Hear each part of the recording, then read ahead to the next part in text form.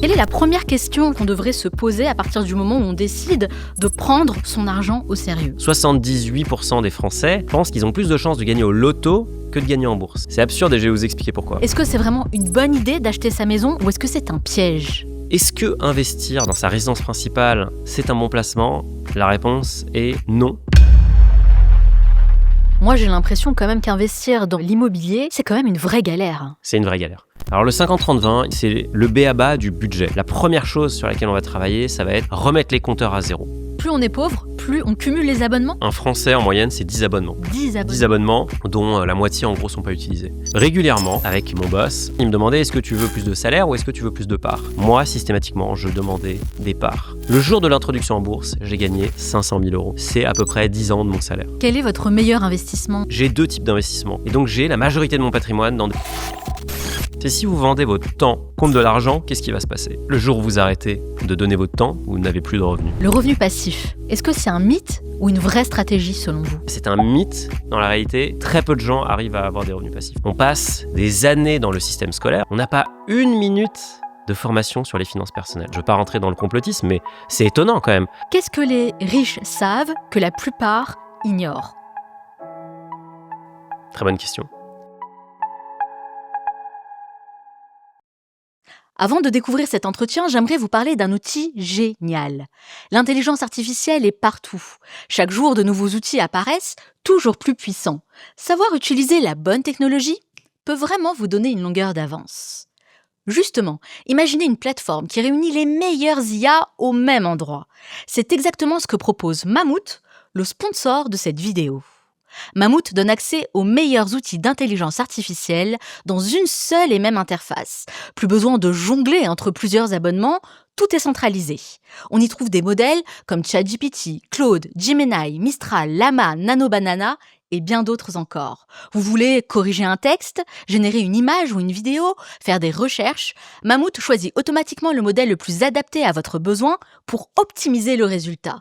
Et le meilleur dans tout ça, c'est le prix. 10 € seulement par mois, alors qu'un seul abonnement à un modèle premium coûte souvent 3 ou 4 fois plus cher.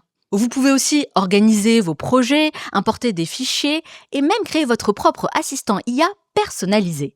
Franchement, pour les créateurs, les entrepreneurs ou simplement ceux qui veulent gagner en productivité, c'est une solution redoutablement efficace. Vous gagnez du temps, vous faites des économies et vous avez la puissance des meilleures intelligences artificielles réunies au même endroit. Si vous voulez tester à votre tour, je vous ai mis le lien dans la description. Il suffit de cliquer sur mammouth.ai. Et merci à Mammouth de nous accompagner sur cette vidéo. Il fait partie de cette nouvelle génération d'experts capables de parler d'argent sans bullshit, sans jargon et sans promesses illusoires. Ancien cadre dans la tech et la finance, il a passé des années à observer comment les gens gagnent, dépensent et investissent, souvent à contresens de leurs vrais objectifs. Son parcours international lui a permis de comprendre de l'intérieur comment fonctionne réellement la création de valeur, bien au-delà des discours. Et son constat est clair. Ce qui nous manque le plus, au-delà de l'argent, c'est la compréhension. Aujourd'hui, il aide des milliers de personnes à reprendre le contrôle de leur vie financière. Dans cet épisode, on va parler de tout ce qu'on ne vous dit pas sur l'argent. Pourquoi acheter une maison n'est pas toujours une bonne idée, pourquoi le revenu passif est souvent un mirage, et surtout, comment retrouver une vraie liberté dans un système qui nous pousse à la dépendance. Mounir Lagoun, bonjour et bienvenue dans le Manal Show. Merci de me recevoir. Alors Mounir, ma première question est simple. Quelle est la plus grande erreur que les gens font avec leur argent ? Il y en a beaucoup. Je pense que l'erreur principale, c'est de penser que l'investissement, c'est pour les autres. On me dit souvent, c'est trop tard pour moi, ou j'investirai quand je serai riche. Le meilleur moment pour investir, c'était hier. Le deuxième meilleur moment, c'est maintenant. Et il n'y a pas de montant nécessaire. En fait, aujourd'hui, on peut investir à partir de 10 €, 20 €, 30 €. Et donc, l'objectif, ça va être de créer le réflexe d'investir dans le soi du futur. Donc, c'est le moi d'aujourd'hui qui investit dans le mois de demain. Et pour ce faire, en fait, il faut mettre en place un système. Moi, le système que j'adore, c'est le 50-30-20. 50% pour tes dépenses essentielles. C'est vraiment un budget qu'on ne veut pas compresser. De toute façon, il faut payer des loyers, il faut payer l'électricité, etc. 30% pour les dépenses pour se faire plaisir, en fait. On a envie d'aller au restaurant, on a envie d'avoir une vie qui est agréable. Et 20% pour le soi du futur. Et donc, on pourra revenir sur comment placer cet argent. Mais la première étape, Manal, c'est vraiment de placer déjà, de créer ce réflexe d'épargner tous les mois. Et la bonne nouvelle, c'est qu'en France, on est les champions d'Europe de l'épargne, mais on est les cancres de l'investissement. On épargne à peu près à 18,5% de nos revenus nets. Donc c'est énorme. On est devant nos voisins allemands, on est devant les Italiens, etc. Mais par contre, cet argent, on va souvent le mettre au mauvais endroit. Et pourquoi est-ce qu'on a autant de mal à investir son argent, selon vous ? Parce que je pense que c'est tabou. C'est tabou, en tout cas, c'est ce qu'on m'a toujours dit. Moi, on m'a dit, l'argent, c'est tabou, on n'en parlait pas. Moi, je viens d'une famille relativement modeste. Enfin, mes parents étaient très modestes. Ils ont bien réussi leur vie. Mais ce que je dis souvent, c'est que mes parents sont des anciens pauvres. Ils avaient peur de revenir, en fait, dans une situation de manque. Et donc, l'argent, c'était pas un sujet qui a été évoqué à la maison. Et quand j'en parlais autour de moi, c'était pas un sujet qui était spontanément évoqué. Et donc, c'est tabou, on n'en parle pas, on met ça sous le tapis. Et ça crée une énorme pression, en fait, lorsqu'on devient adulte, pour gérer quelque chose qu'on ne maîtrise pas. On passe des années dans le système scolaire, on passe 15 ans sur les bancs de l'école, ensuite on va à l'université, on va dans une école d'ingé, une école de commerce, on fait je ne sais quoi comme formation. On n'a pas une minute de formation sur les finances personnelles. En fait, c'est quand même incroyable. C'est incroyable. En fait, on peut se demander à un moment s'il n'y a pas si le système n'est pas construit si c'est pour pas ça. Fait exprès. Exactement, je ne veux pas rentrer dans le complotisme, mais c'est étonnant quand même. Ouais. Et en fait, en creusant, je me suis rendu compte que les gens qui décident ne savent eux-mêmes pas gérer leur argent. Ah, vous pensez ? Ah bah c'est évident. Regardez comment l'État est géré. Si l'État était une entreprise, l'entreprise serait en faillite depuis très longtemps. Je pense Totalement. que vous êtes chef d'entreprise et vous voyez que si vous gagnez plus que vous ne dépensez, l'entreprise va bien. Si c'est l'inverse, vous avez un problème. En France, depuis 1972, on est en déficit budgétaire. Donc ça fait 50 ans que chaque année, on dépense plus qu'on ne gagne. Et ça, c'est un énorme problème. Et en parallèle, il y a une culture qui a été créée qui punit l'investissement. En fait, on n'encourage pas l'investissement, on le punit. Par des taxes, par aussi de la stigmatisation. Et donc forcément, ça fait un cocktail qui est catastrophique. On arrive à l'âge adulte, on gagne peut-être un peu d'argent, mais finalement, on ne sait pas comment faire.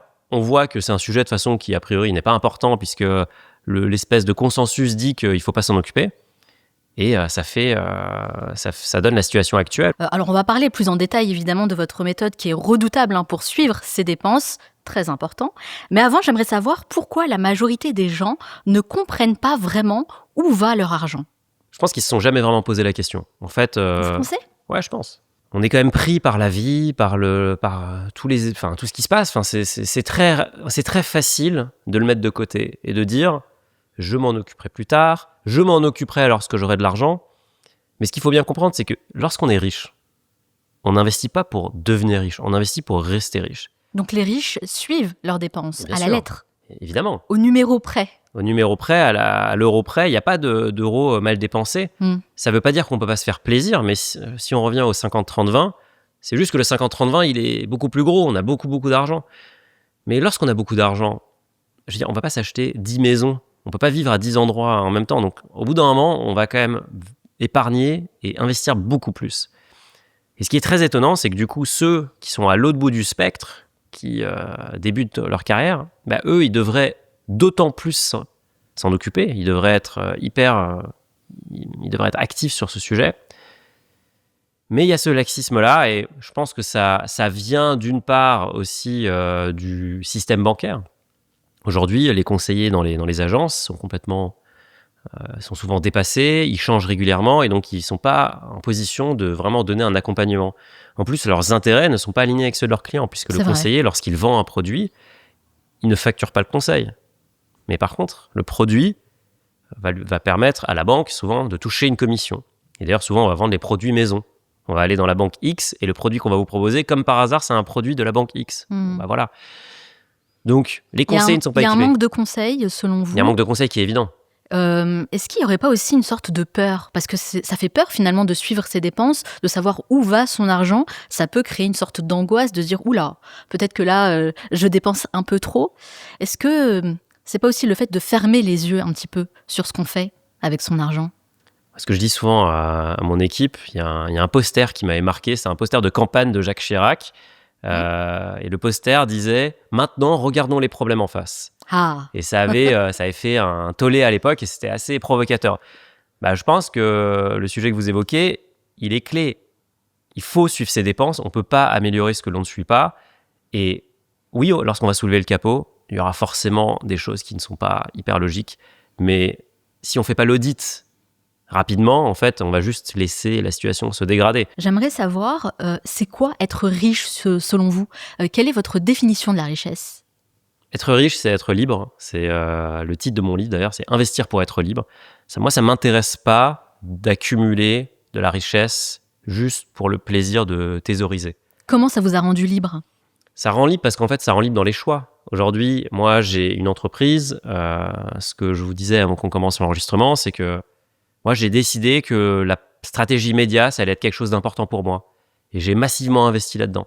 Et vu que je suis libre de faire ce que je veux, eh bien, personne n'a pu m'en empêcher. Et ça a très bien fonctionné pour moi, mais si ça n'avait pas fonctionné, ça ne m'aurait pas empêché de faire autre chose par ailleurs. Donc cette liberté, elle donne vraiment, elle ouvre des possibilités. Et ça ne veut pas dire être entrepreneur. On peut être libre tout en étant salarié. En fait, ça n'a aucune importance. Ce qui est important, par contre, c'est d'avoir assez de ressources pour subvenir à ses besoins d'une part, mais surtout choisir avec qui on travaille et sur quel sujet on travaille.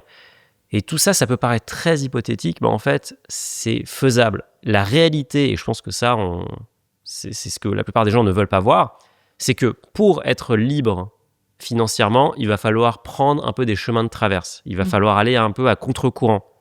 Il va falloir faire des choix difficiles. Quelle est la première question justement qu'on devrait se poser à partir du moment où on décide de prendre son argent au sérieux ? On devrait se poser la question de l'objectif. Qu'est-ce qu'on veut faire en fait ? Ok. Il y en a qui vont vous dire « Moi, je veux m'acheter une maison. Moi, je veux permettre à ma mère d'avoir une vie décente. Moi, je veux envoyer mes enfants dans la meilleure école. Ou alors, moi, je veux simplement avoir plus de patrimoine. Je n'ai pas de projet particulier. » C'est ce que je vois beaucoup chez les jeunes. À 25 ans, on n'a pas de projet incroyable. On se dit juste « Bon, si je pouvais avoir 100 000 euros de patrimoine, ce serait génial. » C'est déjà un très bel objectif en soi. C'est un très bel objectif. Et encore une fois, il n'y a pas de jugement dans l'objectif. Il est personnel, il vous appartient. Une fois qu'on a défini l'objectif, la deuxième question à se poser, c'est quelle est sa tolérance au risque ? Et ça, c'est essentiel. Donc, on va donner un exemple. Imaginez que vous investissez 10 000 euros sur un placement et que ce placement perd 50%. Comment vous réagissez ? Est-ce que vous vous dites, le prix vient de baisser de 50%, donc je vais remettre au pot parce qu'en fait, je pense que c'est une opportunité d'achat ? Ou alors au contraire, vous paniquez, vous vendez tout ? C'est un vrai sujet. Et on a tendance à surestimer sa capacité à prendre du risque. C'est ce que j'allais vous dire, oui. On la surestime systématiquement. Ouais. Donc, ma recommandation lorsqu'on débute, c'est vraiment d'y aller plutôt mollo et de découvrir un peu la frontière d'efficience de sa capacité à prendre du risque. Donc, jusqu'à où on peut aller. Et c'est là, je pense, qu'il y a la plus grosse erreur chez nos compatriotes, c'est que les Français pensent qu'on peut gagner de l'argent sans prendre de risques. Et ça vient de notre système de retraite, puisque le système des retraites, en fait, est garanti par l'État. C'est un système par répartition. C'est ceux qui travaillent qui payent pour ceux qui sont actuellement à la retraite. Et donc, on est conditionné, en fait, à croire que, quoi qu'il arrive, l'État prendra soin de nous au bout de 42, 43 ans de carrière. Ce sera de moins en moins le cas. Ça sera de moins en moins le cas. Je vais vous donner une statistique qui est terrible, c'est que le système des retraites, il date de 1945, Général de Gaulle, etc. Et à l'époque, en fait, on voulait offrir une fin de vie décente à des gens qui avaient eu des vies terribles. L'espérance de vie à l'époque, 65 ans. L'âge de départ à la retraite, 65 ans. Aujourd'hui, espérance de vie, on va dire entre 80 et 85 ans, ça dépend du sexe. Âge de départ à la retraite, 64 ans. Mais comment c'est censé fonctionner mathématiquement ? Sachant qu'entre-temps, on a de plus en plus de personnes âgées et de moins en moins d'actifs. Donc vous avez de plus en plus de gens, ça va coûter de plus en plus cher, qui partent à la retraite plus tôt et qui restent à la retraite. Et c'est génial qu'on puisse vivre plus longtemps, mais qui restent à la retraite extrêmement longtemps. Donc en fait, le système est extrêmement instable. Et ce que ça a créé, c'est que ça ne nous a pas forcé collectivement à prendre nos finances en main. Mais j'imagine quand même que c'est un état d'esprit qui tend à changer, notamment avec la nouvelle génération, qui comprend la société dans laquelle on vit aujourd'hui, les changements. Et je pense que c'est pour ça aussi que vous avez beaucoup de succès, notamment sur votre chaîne YouTube. Pour avancer, l'une des questions les plus fréquemment posées à ChatGPT, c'est comment faire pour gagner plus d'argent. Est-ce que c'est vraiment la bonne question à se poser, ça ? Comment faire pour gagner plus d'argent ? Je pense que c'est une bonne question parce que la réalité, c'est que pour investir plus, avoir plus de revenus, ça reste quand même un bon début. Donc plus on a de revenus disponibles, plus on va pouvoir investir. Ce que je vous disais tout à l'heure, si vous êtes au SMIC, le 50-30-20, il va être très difficile à appliquer. Et ça, j'en ai complètement conscience. J'ai été étudiant à Paris, j'ai été en coloc, j'avais des crédits, j'ai vécu avec très peu d'argent. Je sais ce que c'est la galère aussi. Donc évidemment, si demain on gagne 10 000 euros par mois, ça va être quand même beaucoup plus agréable parce qu'on va pouvoir consommer une partie de son revenu, mais il va rester quand même pas mal de choses à la fin. Donc, c'est vrai que augmenter son revenu, c'est un très bon investissement. Enfin, en tout cas, c'est une très bonne réflexion. La question que tout le monde va se poser, c'est comment on fait ? Ça revient à ce que je disais tout à l'heure, de prendre des chemins un peu différents. Pour augmenter ses revenus, il faut vendre quelque chose qui a une forte demande. Donc, typiquement, aujourd'hui, si vous voulez avoir une carrière et être très bien payé, vous pouvez devenir développeur. Enfin, c'est un métier qui est génial et où il y a une pénurie massive. Si vous faites des études d'histoire de l'art, c'est un sujet qui est passionnant, mais la réalité, c'est que ça va être très compliqué déjà de trouver un job dans cette industrie.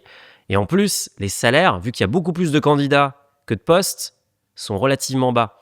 Donc déjà, choisir l'industrie dans laquelle on veut travailler, choisir le métier, investir dans ses connaissances, se former par ailleurs, c'est une façon relativement simple d'augmenter ses revenus et surtout de s'assurer qu'on est dans une industrie qui a le vent en poupe, pas qui est en déclin. C'est quelque chose que vous observez, ça, beaucoup chez les gens, justement, qui souhaitent gagner plus d'argent, mais qui font pas forcément un choix de carrière en adéquation avec leur objectif ? Et même avec leurs valeurs. On fait souvent un peu des choix par défaut. Moi, le premier, j'ai fait une école de commerce.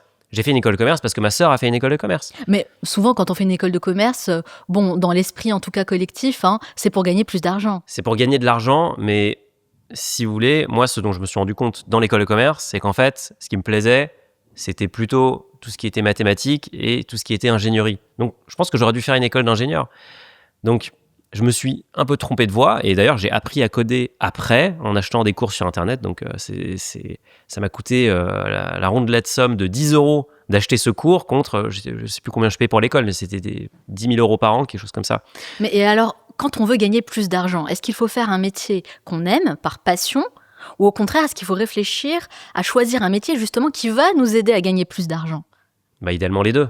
Il faut trouver l'intersection du diagramme compliqué. de Venn. C'est compliqué, mais pas tant que ça en réalité. C'est possible de gagner de l'argent aujourd'hui.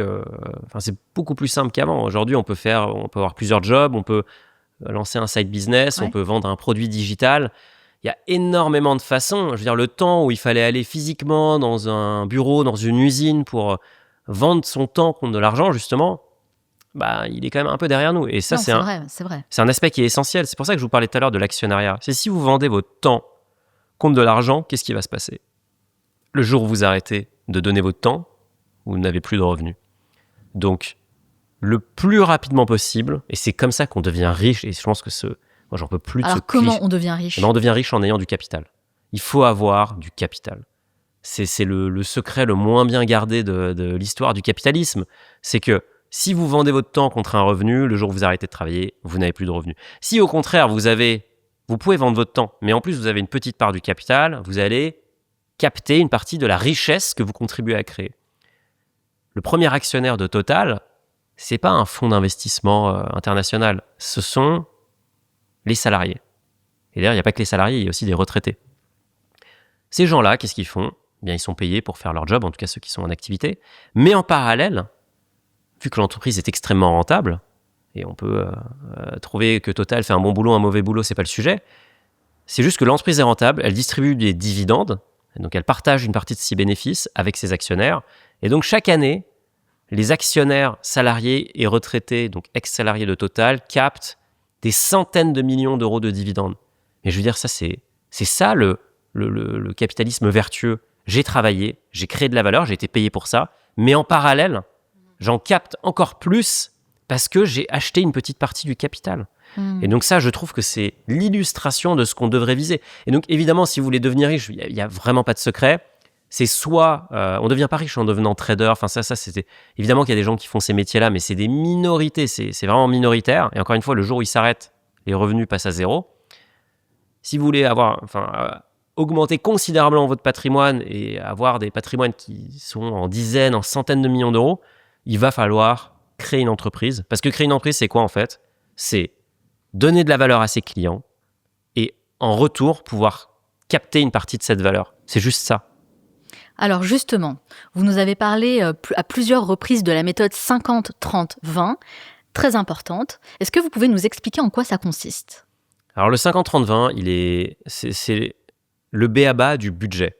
Pourquoi le budget est la première étape dans sa stratégie d'investissement ? Parce que déjà, si vous gagnez plus que vous dépensez, vous avez ce qu'on appelle du stock disponible que vous allez pouvoir investir. Si au contraire, vous dépensez plus que vous ne gagnez, la première chose sur laquelle on va travailler, ça va être remettre les compteurs à zéro.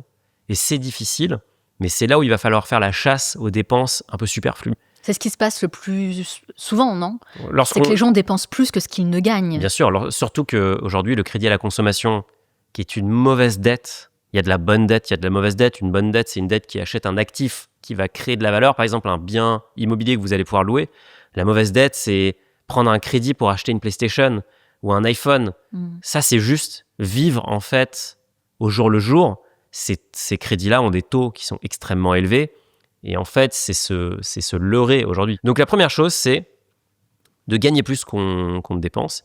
Et donc, là où le 50-30-20 va pouvoir être utile, c'est que ça va nous donner tout simplement des ordres de grandeur de comment allouer cet argent. Alors, pour être concret, est-ce qu'on peut prendre l'exemple d'une personne qui gagne 2 000 euros par mois et à qui vous allez justement conseiller cette méthode 50-30-20 ? Comment elle doit s'y prendre ? On va dire qu'elle gagne 2 000 euros net. Comme ça, c'est plus simple. Ouais. Elle gagne 2 000 euros net. Ça veut dire qu'elle a 1 000 euros, 50%, qu'elle va pouvoir allouer à son loyer, l'électricité, la nourriture, tout ce dont elle a besoin pour fonctionner en tant qu'humain. Vraiment les basiques, quoi. D'accord. Ensuite, elle va mettre 30%, donc 600 euros, dans les restaurants, les voyages, offrir un cadeau à mamie, tout ce qui rend la vie un peu plus agréable. Et les 400 euros qui restent, ceux-là, ils vont aller dans l'investissement. Et donc là, vous avez 20% de taux d'épargne. C'est ce qu'on appelle le taux d'épargne. Ça, c'est un taux d'épargne qui est vraiment excellent. Alors, je vous disais que la moyenne française était à 18,5, ce qui est déjà pas mal. À 20%, le mois d'aujourd'hui investi pour le mois de demain. Et donc, concrètement, cet argent, l'objectif, ça va être d'automatiser les placements parce qu'on ne peut pas dépenser l'argent qu'on ne voit pas. Moi, j'ai eu la chance de pas mal augmenter mes revenus au fil des années. Ce que j'ai systématiquement fait, c'est que j'ai pas augmenté mes dépenses en parallèle. Donc, j'augmentais mes revenus, mais je gardais les mêmes dépenses. Je gardais le même train de vie pour déjà voir en fait ce qui m'intéressait. Et ensuite, au fur et à mesure, je voyais que tiens, ça me plaît en fait de prendre un Uber de temps en temps. Mais en gros, j'ajustais mon train de vie grâce à ça et surtout, je travaillais la partie 20%, enfin l'épargne. Puisque moi, ce qui m'intéressait, c'était d'investir dans le mois de demain. Mais le 50-30-20, en gros, il permet de ne pas vivre dans la privation. Vous pouvez aussi dire, tiens, je vais investir 40% de mes revenus. Pas de problème. C'est juste que du coup, votre budget va être réduit. Ouais, je comprends. Alors, pour une personne qui gagne 2 000 euros, vous nous dites qu'elle doit dépenser 1 000 euros, donc 50% de son revenu, dans son loyer, ses factures. Ça me semble quand même impossible pour une personne qui vit à Paris, par exemple. Paris, c'est très difficile. Est-ce qu'on devrait penser à déménager pour mieux gérer ses finances ? La réalité, c'est que Paris, c'est une ville pour personnes qui sont riches. C'est juste la réalité, en fait. Je veux dire, le coût de la vie est énorme, extrêmement conséquent. Donc, si vous voulez vivre à Paris, il va falloir accepter de dégrader votre taux d'épargne, vous allez peut-être avoir 0% d'épargne parce qu'en fait, les 20% que vous auriez pu épargner en vivant ailleurs, eh bien, ils vont passer dans votre loyer ou dans des charges du quotidien. Donc vivre à Paris appauvri. Vivre à Paris appauvri, sauf si c'est une étape passagère. Moi, j'ai vécu à Paris en ayant des revenus qui étaient relativement modestes. C'était une étape nécessaire. Ce que je recommande souvent, on me dit souvent, voilà, il y a plein de jeunes qui m'écrivent, qui me disent qu'est-ce que je devrais faire, j'ai 25 ans, etc. Moi, je leur dis au début, ce qui compte, c'est pas vraiment le revenu, c'est un peu paradoxal ce que je veux dire, mais c'est pas le revenu, c'est les gens avec qui on travaille. Moi, j'ai fait des choix de carrière où j'ai pas optimisé pour le revenu. J'ai accepté des postes moins bien payés parce que je voulais être avec des gens qui étaient brillants et qui, je le savais, allaient m'apporter beaucoup plus que simplement 3 000 € de revenus en plus. Donc la question comment gagner de l'argent, c'est pas une question que vous êtes posée au départ. Vous savez, il y a cette expérience qui est assez connue où on propose à des enfants, on laisse des enfants devant des bonbons et on leur dit, voilà, si vous attendez 10 minutes ou 15 minutes ou je sais plus, et vous ne touchez pas aux bonbons, lorsqu'on revient, on vous en donne 2 fois plus. Ouais.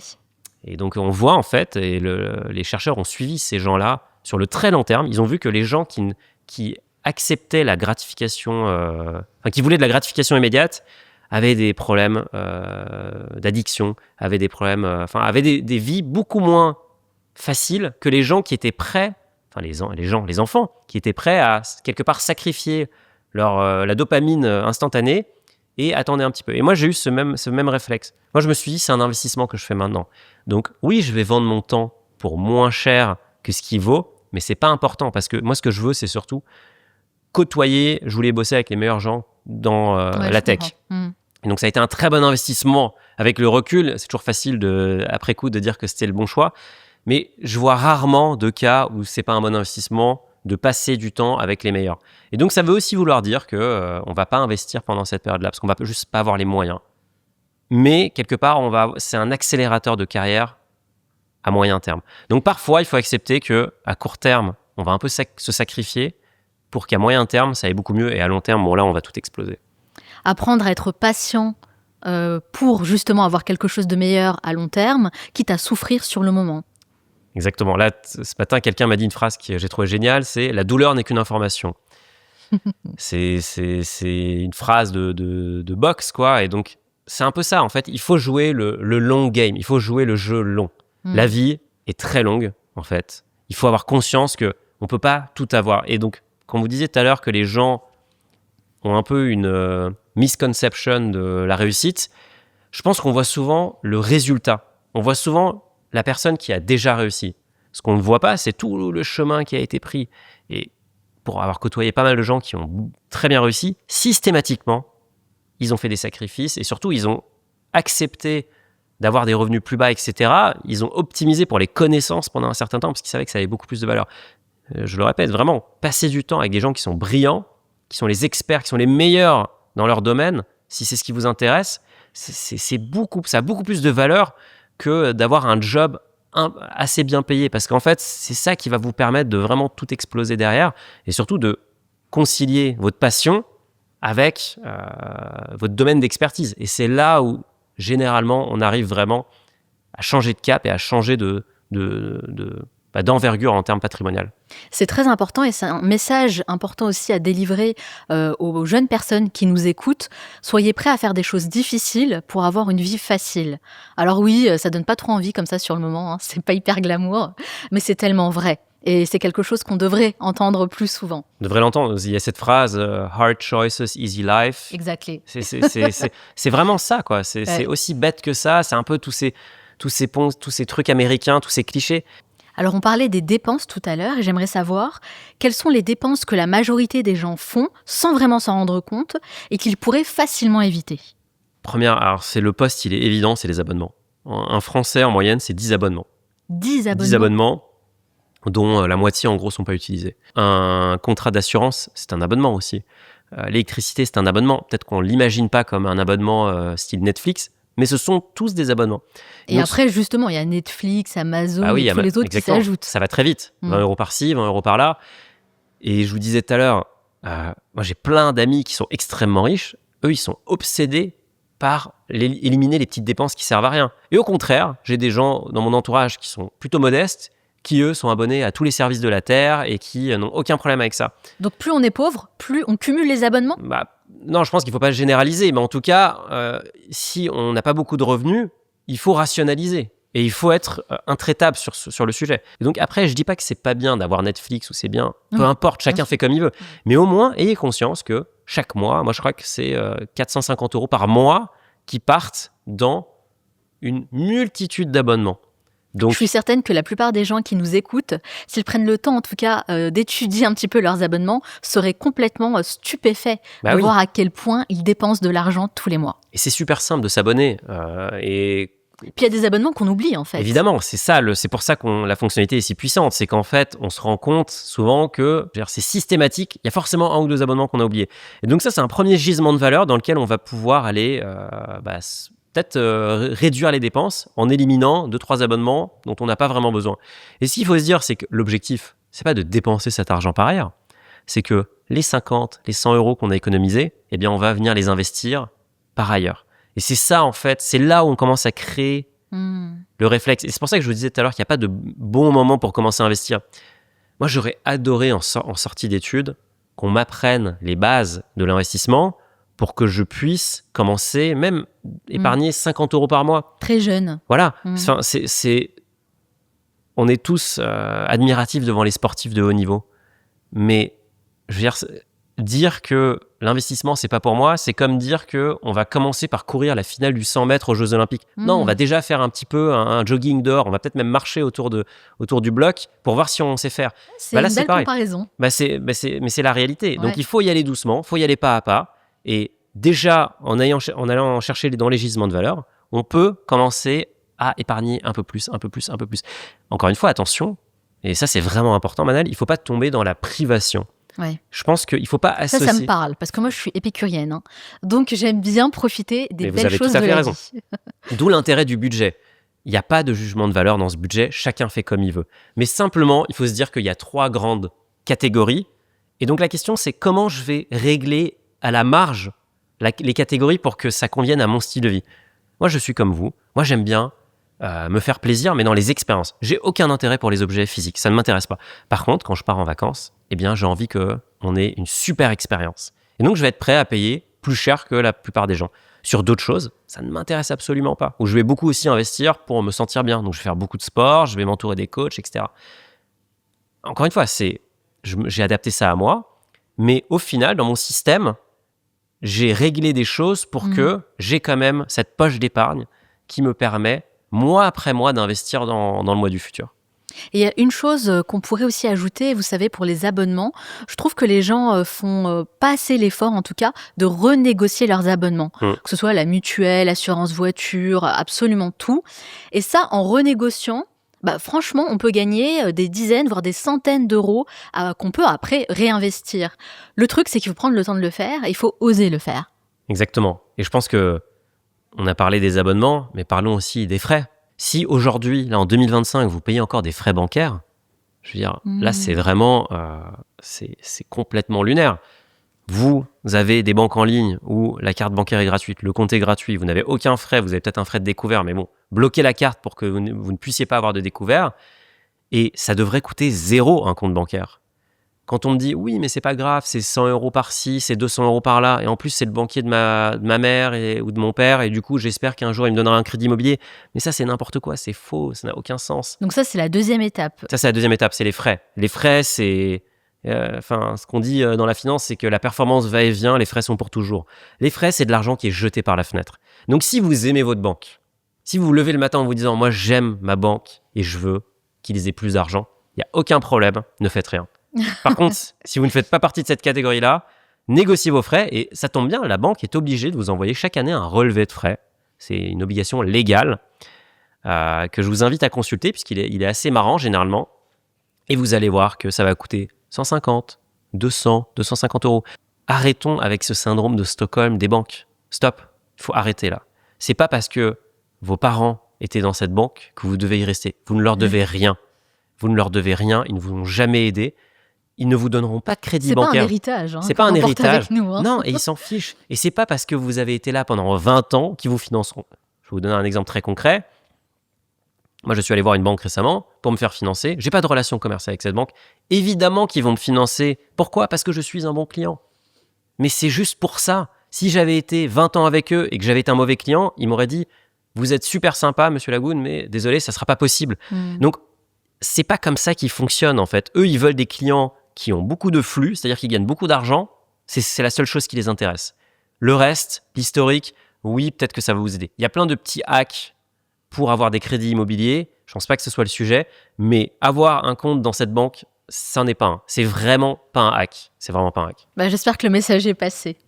Alors, Mounia, j'ai fait un petit calcul en préparant cet entretien. Si j'avais investi 100 € par mois sur l'action Amazon depuis 2015, aujourd'hui, tenez-vous bien, j'aurais gagné 90 000 €. Donc 100 €, ça peut paraître peu au départ, mais l'effet cumulé, lui, est très puissant. Bon, Amazon, c'est juste un exemple, évidemment, mais finalement, on peut faire ça, on peut comparer ça à plein d'autres investissements qu'on peut faire au départ. Ouais, c'est un exemple qui est assez parlant. Mais c'est tout le problème du risque dont je vous parlais. Aujourd'hui, la perception générale dans la population française, mais même européenne, c'est que la bourse, c'est un casino. La bourse, c'est le casino. On y va, c'est aléatoire, on ne sait pas ce qui va se passer. Il y a eu un sondage récemment, 78% des Français pensent qu'ils ont plus de chances de gagner au loto que de gagner en bourse. Mais c'est pas vrai. Et c'est absurde. Ah, waouh. C'est absurde et je vais vous expliquer pourquoi. Il y a un conditionnement. Il y a un conditionnement total. D'ailleurs, petite parenthèse, le loto est un monopole d'État. Donc, moi, je trouve ça assez bizarre, en fait, que l'État encourage les populations les plus fragiles à jouer à des jeux de hasard. Est-ce que c'est pas pour les maintenir encore plus pauvres, finalement ? Je sais pas, mais en tout cas, le loto qui date de Casanova, ça a quand même un historique assez long. Ouais. Parenthèse fermée, mais effectivement, c'est scandaleux. C'est très étonnant. Et encore une fois, vous allez dans un PMU, ce ne sont pas les milliardaires qui vont au PMU. Bernard Arnault ne va pas au PMU. Par contre, les gens qui sont dans la détresse, eux, espèrent s'en sortir. Donc, en gros, il y a vraiment une incompréhension du risque. C'est pas parce que la bourse fluctue que, en fait, c'est aléatoire. La bourse, sur le long terme, la bourse américaine, depuis 100 ans, en rendement annualisé, c'est 10% par an. Donc ça ne veut pas dire que c'est 10% garanti. Et c'est pour ça que si quelqu'un vous dit « c'est un placement garanti », c'est soit un livret A, soit c'est une arnaque. Donc si ce n'est pas un livret A, vous raccrochez, vous dites merci, mais c'est une arnaque. Ça n'existe pas, les placements à rendement garanti, hormis le livret A ou quelques livrets qui sont garantis par l'État. Placement garanti, c'est faux. C'est faux, c'est complètement faux. En fait, c'est pas possible de garantir un placement, de garantir un rendement. Ou alors, dans ce cas-là, il n'y a pas de risque. Mais s'il n'y a pas de risque, il n'y a pas de rendement, ce qu'on appelle le couple risque-rendement. Donc vous avez d'une part le marché qui a fait 10% de rendement annualisé depuis 100 ans. Par contre, vous allez avoir des années à moins 50, 2008, 1929, qui est la plus grande crise de l'histoire du capitalisme moderne. Et vous allez avoir des années à plus 25%. L'année dernière, l'année d'avant, ce sont des années entre plus 22, plus 23%. Donc des très belles années. L'objectif ici, ça va être d'être investi sur le long terme. Et on revient à ce que je disais tout à l'heure, d'investir tôt. Si vous investissez tôt et que le marché fait moins 50%, mais j'ai envie de dire peu importe, parce que vous avez un système, les fameux 20%, du 50-30-20, vous investissez tous les mois, et donc le marché baisse, c'est génial, c'est les soldes en fait. Quand c'est les soldes dans les magasins, quand il y a Chine qui est au BHV, les gens se ruent sur les produits pour acheter des trucs pas chers. Lorsque le marché perd 50%, les gens vendent, alors que c'est le même produit, mais le prix a juste été divisé par 2. Donc c'est le meilleur moment en fait d'investir. C'est toujours le meilleur moment pour investir. C'est quand tout le monde a peur qu'il faut investir. C'est quand tout le monde est euphorique qu'il faut s'arrêter d'investir. Ça, c'est la base. C'est un peu la base. C'est du bon sens paysan. Mais donc, l'action Amazon, je pense que c'est là où il y a la deuxième incompréhension, c'est que lorsque vous investissez en bourse, vous n'avez pas besoin de choisir des valeurs. Parce que Amazon, ça aurait pu aussi aller à zéro. Ça aurait pu ne pas devenir l'énorme succès que c'est devenu. Et donc, la meilleure façon d'investir en bourse, aujourd'hui, c'est d'investir dans des paniers. Plutôt que de choisir une action, Tesla, Amazon, LVMH, Apple, on va investir comme une playlist, en fait, qui va acheter toutes les actions qui sont dans un indice boursier. En France, vous avez peut-être déjà entendu parler du CAC 40, qui sont les 40 plus grandes entreprises françaises. Plutôt que d'acheter Pernod Ricard ou Air Liquide, vous allez acheter les 40 entreprises via un véhicule qui s'appelle un ETF. Et l'ETF, c'est comme une action. Le seul job de l'ETF, ça va être de répliquer la performance du CAC 40, ou alors de l'indice boursier américain, le S&P 500, ou alors de l'indice boursier de la tech américaine, le Nasdaq 100. Et donc, ce qui va se passer, c'est que quand la bourse baisse, votre instrument va baisser. Quand la bourse monte, votre instrument va monter. Donc, vous êtes passager. Vous ne contrôlez absolument rien. La bonne nouvelle, c'est que cet instrument a des frais extrêmement bas et extrêmement simples. Et il vous permet d'être exposé à la bourse sans faire de choix, sans faire ce qu'on appelle du stock picking, sans choisir des valeurs spécifiques. Ouais. Et donc, lorsqu'on commence à investir en bourse, on peut se dire que... Je pense que déjà, on dit investir en bourse, les gens voient des traders avec des écrans dans des salles de marché, etc., à Wall Street, quoi. C'est pas du tout ça, l'investissement en bourse. L'investissement en bourse, c'est extrêmement ennuyeux et long-termiste. Et donc, moi, ce que je recommande, c'est... Et c'est le placement, ça devrait être le socle d'une stratégie financière. Et on va revenir après sur un autre sujet qui est important, je pense, avant d'investir en bourse. Mais on va faire 80% d'ETF, donc acheter le marché dans sa globalité. Et après, si on est un peu plus expérimenté, on peut aller acheter du 20% de titres. On peut se dire, voilà, moi, je crois beaucoup dans tel titre parce que, je sais pas, je travaille dans cette entreprise, donc j'ai envie d'y participer. D'accord. Ou je suis client de cette entreprise. Moi, une stratégie que j'aime bien, qui est vraiment une stratégie très basique, c'est que chaque fois que j'achète un produit Apple, malheureusement, j'en achète beaucoup, eh bien, j'achète l'équivalent en actions Apple. Donc, par exemple, vous achetez Donc, le nouvel iPhone, le nouvel iPhone, ouais. bah, j'achète, je sais pas combien il coûte, 1500 €, j'achète 1500 € d'actions Apple. D'accord. Ce que ça me permet, c'est de me rappeler que, mine de rien, le produit, lui, il va perdre en valeur, il va finir par valoir zéro. L'action, elle, me permet d'acheter une petite partie du capital et donc de capter une partie de la richesse. Apple, Amazon, enfin toutes les entreprises tech qu'on connaît, elles ont eu des parcours boursiers exceptionnels. Mais ce qui est important, Manal, et ce dont je voulais vous parler juste avant de parler de la bourse, c'est que lorsqu'on a défini son système budgétaire et qu'on veut commencer à investir, en fait, paradoxalement, on ne va pas commencer à investir. On va déjà constituer ce que j'appelle le matelas de sécurité. Le matelas de sécurité, bah, c'est comme un matelas qu'on va poser par terre et qui va nous permettre de dormir tranquillement la nuit. On a un accident de voiture, il faut réparer le véhicule, ça va nous coûter 2 000 €. Si on n'a pas un petit matelas qui va nous permettre d'absorber ce choc, on risque de se retrouver très vite en difficulté. Et donc, quelque part, on annulerait les effets de l'investissement. De combien avons-nous besoin, justement, pour fabriquer ce matelas de sécurité ? Alors, ça va dépendre, encore une fois, de combien vous gagnez. Donc, on peut partir de l'exemple de 2 000 € net par mois dont on parlait tout à l'heure, et de votre capacité à prendre du risque. Ce qu'on va essayer de calibrer, c'est de combien on a besoin. Et donc, moi, ce que je recommande, c'est entre 3 et 6 mois de dépenses. Donc, c'est très simple. Vous prenez vos dépenses sur les 3 derniers mois. On va dire qu'on dépense 1 500 € tous les mois. Et vous multipliez ça par 3 si vous êtes quelqu'un qui est plutôt tranquille, pas spécialement stressé. Et si vous êtes quelqu'un comme ma mère qui est très stressée et qui est très inquiète, eh bien, vous faites 6 mois. Vous pouvez même faire 12 mois si ça vous rassure. Il n'y a pas de sujet, en fait. L'objectif, ça va pas être d'optimiser, mais ça va être de dormir tranquillement la nuit. Et cet argent, où est-ce qu'on le place ?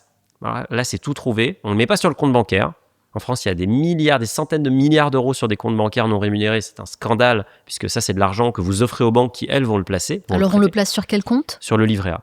Le livret A, c'est un compte qui est garanti, enfin, c'est un livret réglementé, garanti par l'État. Et non imposable. Et non imposable, exactement. La seule chose dont il faut bien avoir conscience, c'est que le rendement du livret A, en ce moment, c'est un peu moins de 2%. C'est un rendement qui est inférieur à l'inflation. Donc oui, sur votre livret A, chaque année, vous allez avoir un peu plus d'argent. Mais par contre, cet argent va acheter de moins en moins de choses. Ça s'appelle le pouvoir d'achat. Et donc, l'inflation va grignoter le pouvoir d'achat. C'est très simple. En France, en moyenne, on a une inflation de 2,5-3% par an. Chaque année, les prix augmentent de 2,5 à 3%. Donc, le montant maximum du livret A, dans mes souvenirs, c'est 22 000 €, quelque chose comme ça. C'est 22 950 €. Donc, ça veut dire que dans le pire des cas, on a un matelas... 22 950 €, c'est un gros matelas de sécurité quand même. Ça veut dire qu'on dépense beaucoup et qu'on a besoin de beaucoup de mois de stock. Mais on va revenir à notre exemple tout à l'heure, on dépense 1 500 € par mois, on a 3 mois sur le matelas de sécurité, bon, ça fait 4 500 €. Allez, on peut arrondir à 5 000, peut-être à 6 000 si vraiment ça vous rassure, il n'y a pas de problème. Maintenant, l'objectif, c'est qu'une fois que ce matelas il est constitué, on n'y touche pas. Le jour où on a un pépin, super, on peut tout de suite l'utiliser, c'est génial. Mais il n'y a pas 1 € de plus qu'on va mettre sur le livret A. Le reste, on le met au travail. Et comment on le met au travail ? On le met au travail dans des placements qui rapportent plus que l'inflation. La bourse, l'immobilier, la crypto, Il y en a plein d'autres. Mais il faut aller là où il y a du risque. Parce qu'encore une fois, on revient à l'histoire du couple risque-rendement. Le livret A, il n'y a pas de risque. Du coup, il n'y a pas de rendement. Mais vous savez, Mounir, on entend souvent dire que laisser son argent dormir à la banque appauvrit. J'aimerais savoir pourquoi. Mais ça appauvrit à 100%, puisque l'argent que vous avez sur votre compte courant, vous l'aurez toujours dans 1 an, dans 2 ans, dans 3 ans. Vous avez 1 000 € sur votre banque, ils y seront encore. Mais ces 1 000 € vous achèteront moins de choses dans 1 an, dans 2 ans, dans 3 ans, à cause de l'inflation. Donc, ne pas faire travailler son argent à minima avec le livret A, c'est une catastrophe. Et j'ai vu des choses folles. Quelle est la chose la plus folle que vous avez vue? On a des clients qui ont des dizaines de millions d'euros sur des comptes courants. Des dizaines de millions d'euros sur un compte courant? Des dizaines de millions. Ah oui. Donc, souvent, ça va être... Là, on est dans des clients qui sont quand même très sophistiqués. Mais quand on arrive à ce stade-là, on n'est pas conseillé justement par des experts? On est conseillé par des experts chez Finari maintenant. Mais souvent, c'est des comptes on transite en fait les fonds entre plusieurs comptes. C'est-à-dire qu'on vient de recevoir le produit d'une énorme vente et on s'apprête à déployer ce capital. Et donc, on le garde quelques mois sur les comptes. C'est pas dramatique, honnêtement. Mais, encore une fois, moi, je place, par exemple, la trésor de ma société, évidemment, à 100%, puisque je veux générer du rendement. Par contre, j'ai conscience du risque et donc je vais placer dans des instruments qui sont très peu risqués. Mais ça, c'est vraiment le b.a.-ba. Si vous avez plus qu'1 mois de dépenses sur votre compte courant, c'est une opportunité manquée. Je comprends. Alors, si on reprend justement notre exemple de la personne qui gagne 2 000 € par mois, je trouve que c'est très parlant comme ça. Donc, on met 5 000 € de matelas de sécurité et tout le reste, si j'ai bien compris, on l'investit. On l'investit, exactement. Et la façon dont je représente souvent l'investissement, c'est une pyramide. Le socle de notre pyramide, évidemment, c'est le matelas de sécurité, puisque c'est sur ça qu'on va reposer toute notre stratégie d'investissement. Et ensuite, les 2 composants clés de notre stratégie, ça va être l'immobilier et la bourse. D'accord. La bourse, on en a déjà un peu parlé. La meilleure façon d'investir en bourse, donc c'est pas un casino, etc. La bourse, c'est l'économie réelle. Ouais, ça paraît inaccessible en fait pour les gens. Aujourd'hui, vous avez des applications qui vous permettent d'investir en bourse. Vous pouvez investir en bourse via Finari, mais vous pouvez investir en bourse via plein d'autres applications. Ce qui est génial, c'est que ça n'a jamais été aussi peu cher d'investir en bourse. À l'époque de nos parents, il fallait appeler le banquier pour passer un ordre, ça coûtait une fortune. Et là, on le fait en toute autonomie. Là, on le fait en autonomie à partir de 10 €. Vous pouvez même acheter ce qu'on appelle des actions fractionnées, c'est-à-dire que l'action Hermès coûte 2 000 €. Vous pouvez acheter 10 € de cette action. C'est génial. Ça, c'est génial. Mais ça, c'est ça l'innovation financière. C'est pour ça que moi, je suis extrêmement optimiste sur l'avenir de la France des épargnants, parce qu'on a tous les outils technologiques à Quel est votre meilleur investissement en bourse aujourd'hui? À titre personnel? À titre personnel, je pense que alors déjà, je pense qu'il faut prendre un peu de recul. Ça fait très longtemps que j'investis. Combien de temps? Ça fait depuis 2012. Donc, d'accord, oui, ça fait des années. Ça fait des années. Ouais. J'ai pris des gros revers. J'ai aussi fait d'excellents investissements.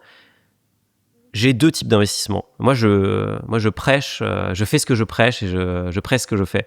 Et donc, j'ai la majorité de mon patrimoine dans des ETF. Donc, j'investis sur le très long terme, principalement sur la bourse américaine. Et en parallèle, je fais un petit peu de stock picking. Et effectivement, j'ai acheté des valeurs où j'ai fait x2, x3, x4, x10. Comme pour Apple, par exemple? Comme pour Apple. Apple, après, moi, je rachète régulièrement. Donc là, j'ai encore acheté récemment. C'est-à-dire que je rachète au prix actuel, qui est extrêmement élevé, ce qui vient forcément niveler ma performance. Mais quand vous dites « j'achète régulièrement », est-ce qu'il faut acheter tous les mois? Idéalement, oui, bien sûr. En fait, le salaire rentre le premier du mois si on est salarié. Ensuite, qu'est-ce qui se passe? On a 20% qui sont alloués à l'investissement. Ce que je vous disais tout à l'heure, c'est qu'on ne peut pas dépenser l'argent qu'on ne voit pas. La meilleure chose à faire, c'est, donc vous dites, le 5 du mois, fais un virement vers tel compte. L'argent arrive sur le compte, et ensuite, sur les bonnes applications d'investissement en bourse, vous allez pouvoir faire ce qu'on appelle des investissements programmés. Vous allez dire, achète du Apple ou achète le S&P 500, l'indice boursier américain, tous les mois, le 6 du mois, et tu vas m'acheter 200 €. Ça, c'est la bonne astuce, en fait, c'est de faire des investissements programmés. C'est ce que j'appelle les systèmes. Moi, je raisonne en système, madame. Tout ce que ma vie, c'est un système, en fait. Et donc, ce sont des systèmes qui s'imbriquent. Qu'est-ce qui est bien dans ce système? C'est que je n'ai rien fait. C'est-à-dire que l'argent arrive et il repart. Il est investi. Et moi, je me suis occupé. Alors moi, c'est ma passion, la finance personnelle. C'est pas la passion de la plupart des Françaises et des Français. Et ils ont bien raison de s'occuper d'autres choses. Mais du coup, ils n'ont rien à faire. Et ça veut dire aussi que le marché baisse.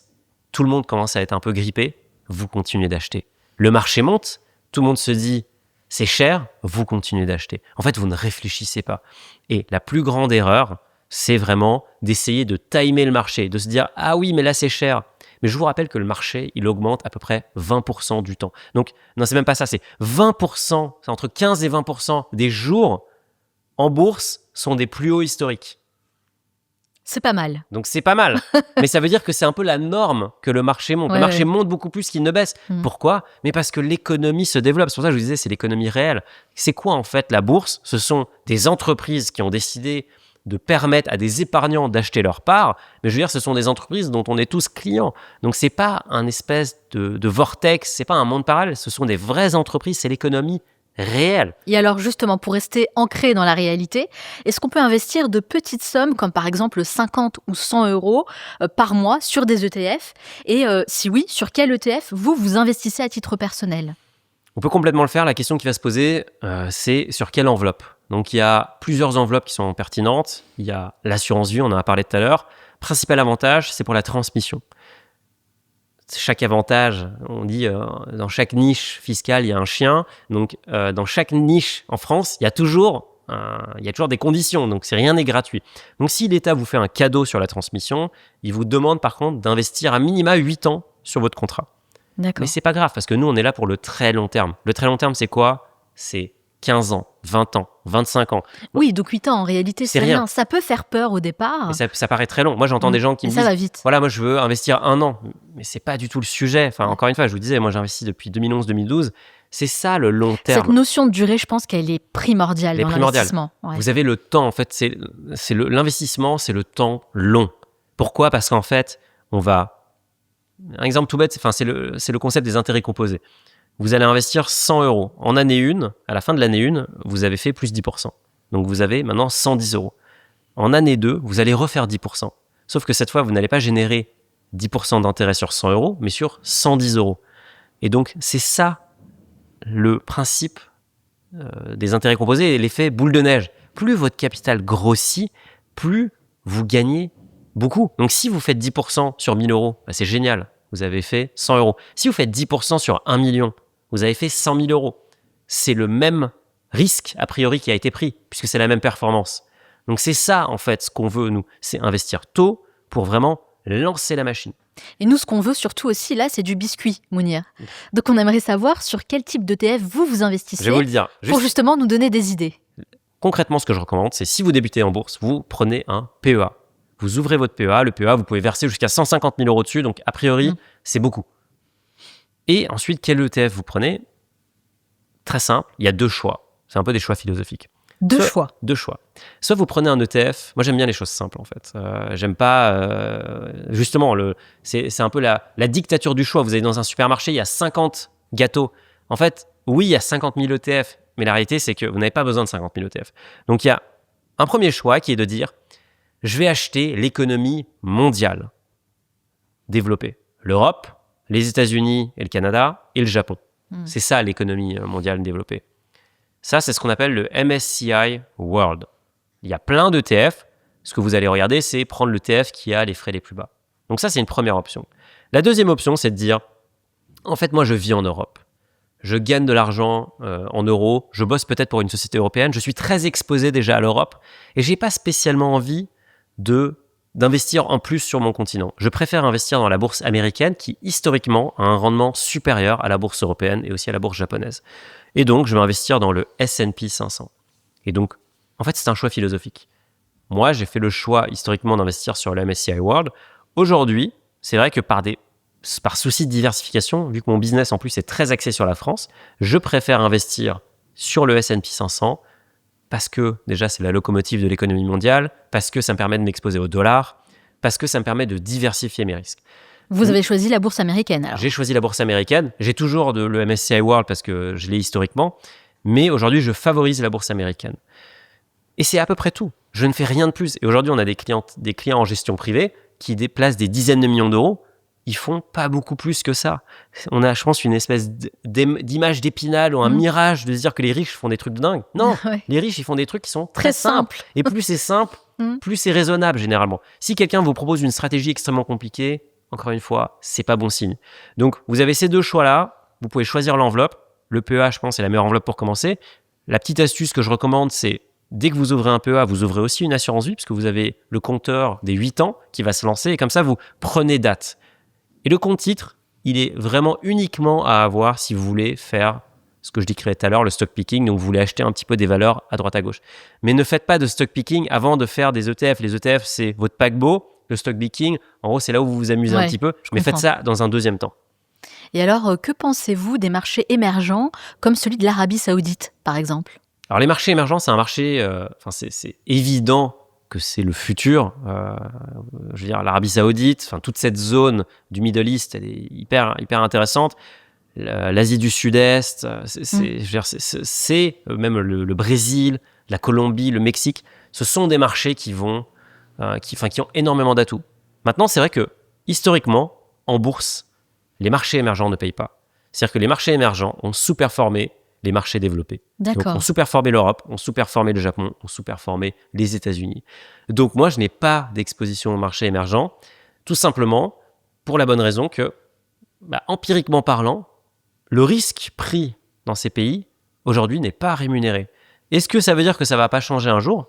Peut-être. La réalité, c'est qu'aujourd'hui, la croissance future, ce sont les boîtes américaines qui l'attirent. Et donc, c'est vrai qu'il y a une concentration des capitaux qui est très forte dans cette zone. Tous les autres, l'Europe fait partie des autres, malheureusement, sont un peu laissés de côté. L'Europe fait partie des autres. L'Europe fait de plus en plus partie des autres, parce qu'aujourd'hui, regardez c'est quoi les entreprises européennes de ces 10 dernières années qui ont dominé leur secteur et qui ont vraiment émergé ? Bonne question. Il n'y en a pas tant que ça. En fait, des entreprises qui nous constituent le CAC 40 sont des entreprises qui existent depuis assez longtemps. Aux États-Unis, vous avez des Meta, des Google, vous avez des Tesla qui ont émergé ces dernières années et qui sont des monstres. Qui sont devenus des monstres et qui ont quand même changé le monde. Enfin, c'est quand même probablement que OpenAI va faire une introduction en bourse. On parle de 1 trilliard, donc 1000 milliards de dollars de valorisation. Ça serait prévu pour l'année prochaine. C'est ça, en fait. Là, vous conseillez justement d'investir sur OpenAI ? Non, je recommande jamais d'investir sur les introductions en bourse. Ça, c'est un très mauvais placement. C'est prouvé, il y a plein d'études qui démontrent que les seuls qui gagnent dans les introductions en bourse, ce sont les banques qui facilitent l'introduction en bourse. Parce qu'elles prennent des fees, elles prennent des frais très importants. Donc, si vous voulez acheter une action, ne l'achetez pas le jour de l'introduction en bourse. Achetez, si vous avez un ETF qui a les 500 plus grandes valeurs américaines, si OpenAI grossit assez vite, OpenAI rentrera dans le S&P 500 et donc vous l'aurez automatiquement. Et d'ailleurs, l'ETF, on dit souvent qu'il est auto-nettoyant parce que les entreprises qui sont dépassées, dont le chiffre d'affaires n'est plus assez important, dont la capitalisation boursière, donc la valeur est trop faible, vont sortir de l'indice et vont être remplacées par des nouveaux champions. Par exemple, Tesla est rentré dans le S&P 500 il y a quelques années et il a remplacé des entreprises qui étaient plutôt dans les industries traditionnelles. Robinhood, la plateforme de trading, est rentrée très récemment. Palantir est rentré aussi très récemment. Et donc, en fait, vous avez cet effet auto-nettoyant. C'est-à-dire que les industries qui, aujourd'hui, fonctionnent le mieux vont rentrer dans les indices. Les entreprises qui sont dépassées, typiquement l'industrie, vont sortir. Et donc, vous n'avez rien à faire puisque vous restez toujours à jour, en fait. Allez Mounir, je vais vous demander de nous donner 3 ETF pour commencer dès demain. On va dire ETF MSCI World, ça c'est vraiment les actions mondiales. ETF S&P 500, encore une fois pour les actions américaines. Et après, vu qu'on est quand même en Europe, vous pouvez prendre un ETF. Alors il y en a 2, il y a ce qu'on appelle l'Eurostock 50, les 50 plus grandes valeurs, ou l'Eurostock 600, les 600 plus grandes valeurs européennes. Parce que je pense que l'Europe a été quand même très, très, très mal traitée en bourse. Donc, les performances sont très mauvaises comparées aux États-Unis, même si ça commence à rattraper. Donc, ça peut être un play de diversification. Mais dans l'ensemble, et ça, c'est aussi ma méthode, Manal, c'est que moi, j'aime bien faire une chose, et je pense qu'encore une fois, un investisseur qui a un ETF MSCI World, il a fait 90% du boulot. D'accord. Donc, il n'a pas besoin forcément d'aller chercher autre chose. Et en plus, c'est simple de se dire que on investit sur une ligne à la fois et on n'a rien d'autre. Et je continue d'investir dans ce panier. Bien sûr, dans ce panier, parce qu'en fait, on se dit, on a une ligne. C'est pas du tout diversifié, mais une ligne, il y a 1500 entreprises dedans. Il y a des dizaines de pays, il y a toutes les industries. C'est génial, en fait. C'est ça, l'innovation dans la finance. Et c'est ça aussi que nos parents ne pouvaient pas faire et qui aujourd'hui est hyper accessible. Alors, bien sûr, je tiens quand même à rappeler qu'investir comporte des risques. On le disait tout à l'heure. Et que chacun doit faire ses propres recherches avant d'investir. Tout ce qu'on donne ici, ce ne sont pas des conseils d'investissement. Jamais. On soit bien d'accord. Jamais. Je pense que ce sont des partages d'expériences. Exactement. Il faut avoir conscience du risque. Il faut avoir conscience qu'effectivement, ça peut partir dans le mauvais sens. Et donc, il faut investir en conscience. Mais l'important, c'est vraiment, et d'ailleurs, avant même d'investir, c'est d'investir dans son éducation. Donc, c'est de comprendre. Déjà, essayer de décortiquer ce que veut dire l'acronyme ETF, comment fonctionne la bourse. C'est ça, si on arrive déjà à débloquer quelque chose dans l'esprit des gens qui vont s'intéresser par eux-mêmes suite à cet entretien à leur argent, à leur investissement, ce sera déjà quelque chose de bien. On aura déjà tout gagné. Ce sera un bon bout de chemin et c'est un apprentissage perpétuel. C'est-à-dire qu'aujourd'hui, moi, je continue d'apprendre régulièrement sur des nouveaux sujets parce que le marché évolue évidemment. Donc, on ne va pas s'arrêter d'apprendre. Et je pense que c'est aussi ça, moi, c'est un déclic que j'ai eu un jour. Je me suis dit, lorsqu'on finit ses études, on arrête d'apprendre. Et ça me frustrait énormément. Et aujourd'hui, je me suis remis dans un mode où j'essaye d'apprendre sur plein de sujets qui m'intéressent. Les finances personnelles, c'est infini. C'est infini. On peut se former tous les jours puisqu'il y a tout le temps des nouvelles classes actives, tout le temps des nouvelles choses qui sortent. C'est ça. Et de toute façon, ce qu'on fait dans le Manage Show, c'est ça aussi. C'est continuer d'apprendre et surtout d'apprendre ce qu'on n'apprend pas à l'école. Exactement. On continue avec une thématique très importante qui va intéresser beaucoup de personnes. Acheter une maison, acheter un appartement, ça représente le rêve ultime de nombreuses personnes. Pourquoi ? Parce que c'est un rêve qui a été nourri dès le plus jeune âge par la société, l'éducation et les parents. On grandit vraiment avec cette idée. Un jour, j'achèterai ma propre maison. Est-ce que c'est vraiment une bonne idée d'acheter sa maison ou est-ce que c'est un piège ? Alors, l'investissement immobilier, effectivement, c'est l'investissement préféré des Français. La pierre, c'est solide. Le bâtiment, a priori, il ne va pas disparaître du jour au lendemain. J'ai l'impression d'entendre mon grand-père, là. Exactement, mais c'est ça. Mais on a tous été bercés par ça. C'est ça. Est-ce que investir dans sa résidence principale, c'est un bon placement ? La réponse est non, parce que ce n'est pas un placement. Acheter sa résidence principale, c'est acheter de la sécurité, acheter du bien-être. C'est ce qu'on appelle d'ailleurs de l'immobilier de jouissance. C'est pas un immobilier qui va produire des revenus, c'est un immobilier qui va nous permettre d'avoir un statut, d'avoir un confort. Donc la première question à se poser, c'est est-ce que, oui ou non, vous avez besoin de détenir le bien immobilier dans lequel vous résidez ? Moi, j'ai décidé que non. Je n'ai pas acheté ma résidence principale. Pourquoi ? Parce qu'à Paris, ça coûte extrêmement cher. Et donc, le prix est tellement exorbitant que le rendement que je pourrais en tirer en le louant serait dérisoire. On est aux alentours de 2,5-3% de rendement locatif. C'est extrêmement mauvais. D'ailleurs, il y a une règle super simple, c'est vous regardez le rendement locatif, plus il est bas, moins c'est intéressant d'acheter dans une ville. C'est extrêmement bas dans les grandes villes. À contrario, vous allez dans des villes qui sont un peu plus sinistrées ou dans des zones qui sont en développement. Là, vous allez avoir des rendements beaucoup plus élevés. Ouais. Donc, est-ce que vous voulez acheter votre résidence principale ? Est-ce que c'est important pour vous ? Oui ou non ? Donc, être locataire, c'est OK en fait. Être locataire, c'est OK. Et d'ailleurs, la phrase qu'on entend tout le temps, c'est « Oui, mais être locataire, c'est jeter des loyers par la fenêtre. » Ah bon ? Alors moi, ça me surprend un petit peu parce que si j'achète un bien immobilier, on va dire que j'ai très bien réussi ma vie, j'achète un bien à 1 million d'euros. Qu'est-ce que je vais payer ? Je vais payer, on va dire que c'est le coût total de la transaction. Je vais payer 7,5% de frais de notaire. Donc là, le jour de la transaction... Je jette déjà de l'argent par les fenêtres. Je jette 75 000 euros par la fenêtre. Je ne les reverrai jamais. C'est l'État, d'ailleurs, frais de notaire, abus de langage, puisque dans les frais de notaire, il y a 85% d'impôts.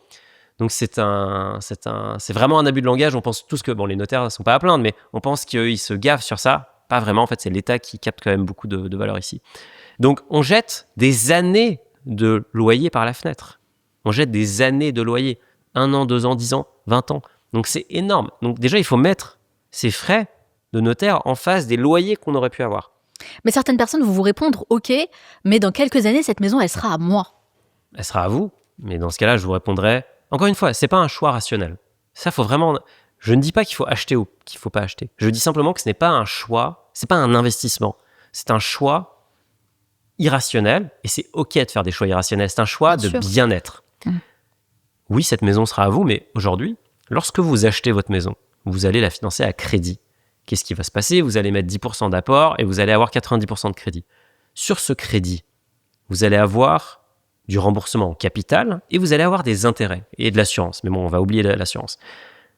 Si vous regardez votre tableau d'amortissement, l'échéancier que la banque vous donne, au début, vous allez payer beaucoup plus d'intérêts que vous n'allez rembourser de capital. Qu'est-ce que ça veut dire ? Ça veut dire que vous payez la banque. Vous ne vous payez pas vous-même, en fait. La seule façon de vous payer vous-même, c'est de rembourser du capital. Donc, il va falloir attendre assez longtemps pour que les courbes s'inversent et pour que vous commenciez à rembourser plus de capital que d'intérêt. C'est très simple, la banque va se dérisquer. Elle veut récupérer le plus vite possible ses intérêts, qui est sa rémunération, et après, le capital, ça, c'est votre problème. Donc, vous allez déjà payer la banque, après avoir payé tout un tas de frais. Vous allez devoir gérer un bien immobilier. Un bien immobilier, c'est un objet qui vit. Faut l'entretenir. Il faut payer des impôts. On est quand même dans un pays qui aime les impôts. Votre maison, vous n'allez jamais pouvoir la déplacer à l'étranger. Et donc, qu'est-ce qui va se passer dans un État qui a quand même des difficultés financières ? C'est que l'immobilier va simplement être de plus en plus taxé. C'est un fait. C'est inéluctable. On a supprimé la taxe d'habitation, mais en fait, derrière, c'est un tour de passe-passe pour nous faire exploser la taxe foncière. Et si vous êtes propriétaire, vous voyez que ces dernières années, c'était vraiment... C'est monté plus vite que le Bitcoin au niveau de la taxe foncière. Clairement. Donc, ça coûte cher. Demain, on parle déjà de remettre la taxe d'habitation ou alors d'étendre la taxe foncière. Donc, vous allez être de plus en plus taxé. Vous allez devoir gérer toutes les difficultés liées à un bien. Quand il y a une fuite, quand il y a un machin, il faut refaire la toiture. Ça, c'est pour votre pomme. Et c'est vrai que par contre, vous allez avoir un avantage qui est très favorable. C'est que le jour où vous revendez votre résidence principale, vous ne payez pas d'impôt sur la plus-value. Et donc, la génération de nos parents, ils ont eu un peu un âge d'or puisqu'ils ont acheté de l'immobilier très peu cher. L'immobilier a explosé, multiplié par 2, par 3, par 5, par 10. Et donc, ces gens-là, lorsqu'ils ont revendu leurs biens, ils ont acheté des biens, je sais pas, à 150 000 euros, ils les revendent 500, 1 million d'euros. Donc, c'est évidemment des plus-values qui sont énormes et qui d'ailleurs qui ne sont pas taxées. Ça, c'est dans un monde où il y a des primo-accédants, donc des jeunes qui peuvent acheter un appartement. Qui, aujourd'hui, peut acheter son appartement à Paris ? On n'est plus dans la même configuration. On n'est plus du tout dans le même monde. En fait, ça devient impossible d'acheter un appartement à Paris. L'appartement que je loue, si je voulais l'acheter, je ne pourrais pas. Donc, c'est quand même absurde. C'est-à-dire que si j'achète, je paye énormément, mais en plus, je dégrade ma qualité de vie parce que je ne peux tout simplement pas louer le même type de bien. Donc ça, il faut quand même en avoir conscience. Et l'autre des avantages qui est massif, c'est qu'une fois que vous avez acheté votre résidence principale, vous avez envie de vous faire plaisir, vous avez envie d'acheter la plus grosse résidence principale possible et donc vous allez utiliser toute votre capacité d'emprunt, 35% de vos revenus disponibles. Qu'est-ce que ça veut dire ? Ça veut dire que concrètement, si demain vous voulez acheter des biens locatifs, vous n'avez plus de stock de capacité d'emprunt, donc vous êtes bloqué. Et donc, si on va dire, je décide d'être locataire, qu'est-ce qui se passe ? C'est ce que j'ai fait. Je n'ai pas des résidences principales, je paye des loyers, c'est vrai. Et donc ça, c'est de l'argent qui, effectivement, est jeté par la fenêtre. Mais ça me donne une liberté totale aussi de bouger. Il y a plein de charges que je ne paye pas. Je ne paye pas la taxe foncière, etc. Par contre, ce qui se passe, c'est que j'ai ma capacité d'emprunt pour acheter des biens locatifs que je vais mettre, du coup, à disposition de locataires pour de la longue durée, pour de la courte durée. Et ce sont ces locataires qui vont me payer. Et sur tous mes biens, aujourd'hui, j'arrive à avoir un peu plus de revenus que me coûte le bien, notamment le crédit. Alors parlons-en, Mounir, parce que moi j'ai l'impression quand même qu'investir dans l'immobilier, c'est quand même une vraie galère. C'est une vraie galère. C'est une vraie galère et je pense que on a tous déjà vu la formation où on vous promet d'acheter des biens, avoir des revenus passifs, gagner des dizaines de milliers d'euros par mois en faisant rien. Avec le titre, revenu passif qui fait rêver. Qui fait rêver, on entend immeuble de rapport, SCI, LMNP. Bon, ça c'est génial sur le papier. Maintenant, dans les faits, j'ai investi en immobilier depuis 2019. J'ai eu des locataires qui ne payent pas. J'ai eu des locataires qui partent juste après être arrivés. J'ai eu des locataires qui dégradent les biens. J'ai eu des problèmes avec les syndics. J'ai eu un immeuble qui a failli s'effondrer. Donc, j'ai eu à peu près toutes les galères. Et c'est vrai qu'aujourd'hui, après avoir testé l'immobilier pendant 6 ans, j'ai décidé que pour moi, ça ne m'intéressait plus. Pourquoi ? Vous avez arrêté d'investir dans l'immobilier. J'ai arrêté d'investir, je suis en train de vendre mes biens. Pourquoi ? Quel soulagement, n'est-ce pas ? Exactement. Mais c'est vrai. Libéré, délivré. Libéré, délivré à jamais. Et je ne sais pas si j'y reviendrai. Ce qui est sûr, c'est que en l'état, j'ai découvert que ça ne m'intéressait pas tant que ça. Ouais. Donc, même si on va oublier tous les problèmes, le sujet ne m'intéresse pas tant que ça. Je veux me concentrer sur une chose, et ma vie est centrée autour de ça, c'est ma société. Donc, j'essaye d'éliminer toutes les nuisances. Et c'est vrai que ça m'a beaucoup pris la tête, en fait. C'était vraiment c'était une charge cognitive qui était très forte. Et le troisième point, c'est que j'ai investi via un régime qui s'appelle le LMNP. C'est pas très important, mais en gros, c'est un régime qui a pas mal d'avantages. C'est un régime qui a été raboté l'année dernière et qui est en train d'être raboté et qui sera probablement caduque d'ici quelques années.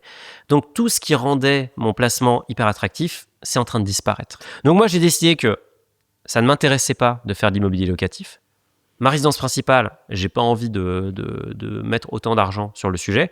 Donc c'est vrai que pour l'instant, l'immobilier, j'ai un peu mis de côté. Il y a d'autres façons de faire de l'immobilier. Vous pouvez faire de l'immobilier papier, comme on dit. Vous pouvez acheter des SCPI, qui sont des véhicules qui vont être gérés par des professionnels, qui vont investir dans des centaines de biens, souvent plutôt d'ailleurs des locaux d'entreprise.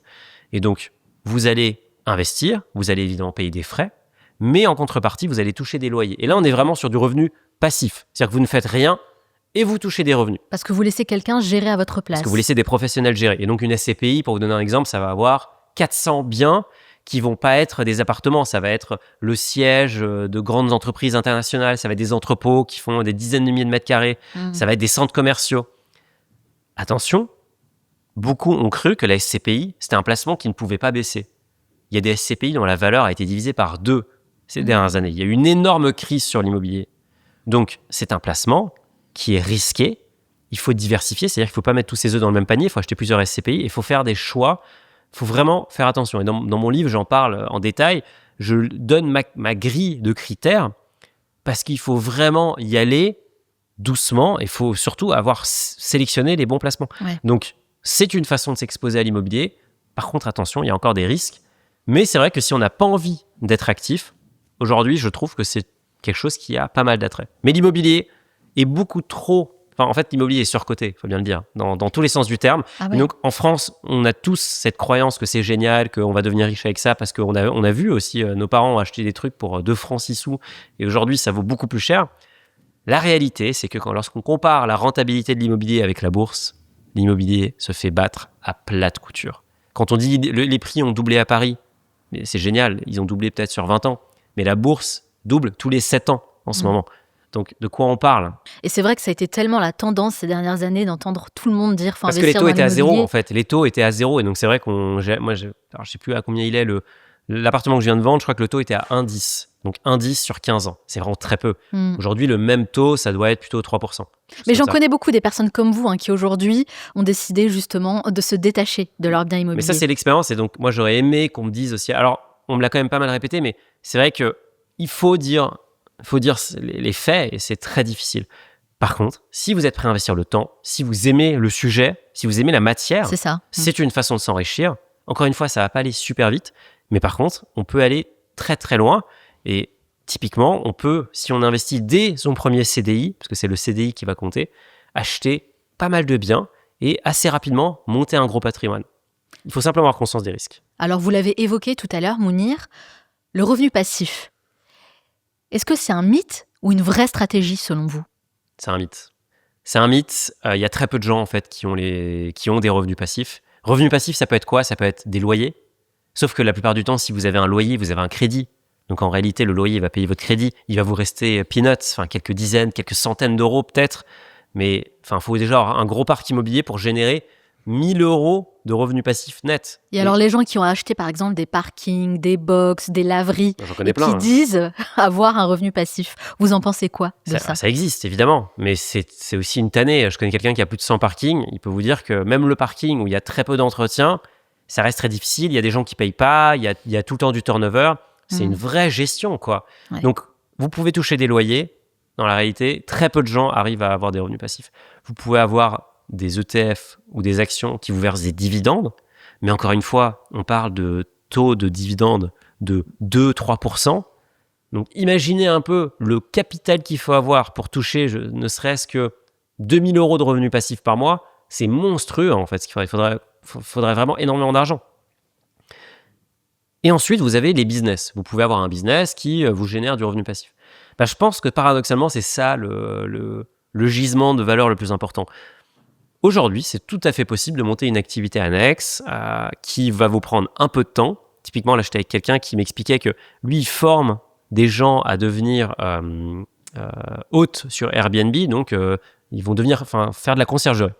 et que en travaillant un jour et demi par semaine de mémoire, il pouvait générer 1 500 € de revenus supplémentaires. C'est pas du revenu passif, mais disons que c'est une façon de commencer à gagner de l'argent. Et lui, ce qu'il a trouvé, c'est que d'abord, il a fait de la conciergerie, puis après, il a vendu une formation pour faire de la conciergerie. Mais encore une fois, c'est un mythe. La plupart des gens qui sont indépendants financièrement, et ça, je veux vraiment le souligner, ce sont des gens qui vont vendre du capital pour vivre. Donc, très concrètement, j'ai 10 millions d'euros de patrimoine parce que j'ai très bien réussi ma vie. Je suis rentier. Qu'est-ce que je vais faire ? Chaque année, je vais vendre un petit peu de mon patrimoine pour vivre. C'est ça le vrai revenu passif en fait. Ouais. Ouais, c'est ça. C'est qu'en fait, ce terme revenu passif, moi, je pense que le revenu passif n'existe pas. Et comme vous l'avez dit, en fait, c'est un revenu supplémentaire. Exactement. C'est là la nuance. Elle est très importante. Elle est importante. Il y a des exemples où on peut avoir des revenus passifs. Typiquement, j'ai écrit un livre qui s'est très bien vendu. Alors, on ne devient pas riche avec l'écriture de livres, puisqu'on gagne très peu. Mais j'en ai quand même vendu plus de 50 000 exemplaires. Et donc, c'est vrai que ça me génère un revenu passif. Mais il faut continuer à faire de la communication dessus. Évidemment, c'est un travail. Et promouvoir. surtout, j'ai écrit, c'est un livre de 350 pages sur l'investissement. Ça a été un travail quand même assez important que j'ai fait en plus de mon boulot. Et d'ailleurs, je ne l'ai pas fait pour le revenu passif. Je l'ai fait parce que j'avais quelque chose à dire, j'avais un message à faire passer. Et je me suis rendu compte qu'avec YouTube, avec ma communication actuelle, je ne touchais pas tous les gens. Et donc, j'avais envie d'adresser une nouvelle population, mais je ne l'ai pas fait pour l'argent. Oui, on n'écrit pas un livre pour avoir un revenu passif, clairement. Non, parce qu'en fait, il y a quelques auteurs en France qui doivent gagner des millions, et c'est à peu près tout. La plupart des gens gagnent très peu, et un best-seller en France, c'est 10 000 exemplaires vendus. Donc, c'est rien. Et surtout, le temps investi, j'aurais pu le mettre sur Finari et j'aurais gagné beaucoup plus d'argent. Donc oui, je touche un petit revenu passif, mais par contre, ça reste quand même très anecdotique par rapport à tout ce que je fais et surtout, ça m'a demandé énormément d'efforts. Donc avant de vouloir du revenu passif, je pense qu'il faut déjà se concentrer sur son business, se concentrer sur son entreprise ou se concentrer sur son job et essayer de devenir le ou la meilleure dans ce qu'on fait. Et ensuite, on aura des opportunités qui vont se former et là, ça peut devenir intéressant. Vous, à titre personnel, Mounir, est-ce que vous investissez dans les cryptos ? Et si oui, lesquels ? J'investis dans les cryptos, oui. Maintenant, mon patrimoine investi en crypto est très faible. Moi, ce que j'aime bien, c'est encore une fois chose simple, j'investis dans le Bitcoin et dans l'Ethereum. Parce que ce sont les deux grandes cryptos. Donc, on va me dire, oui, mais attendez, il y a le nouveau coin qui est à la mode et qui va faire x1000, etc. Peut-être.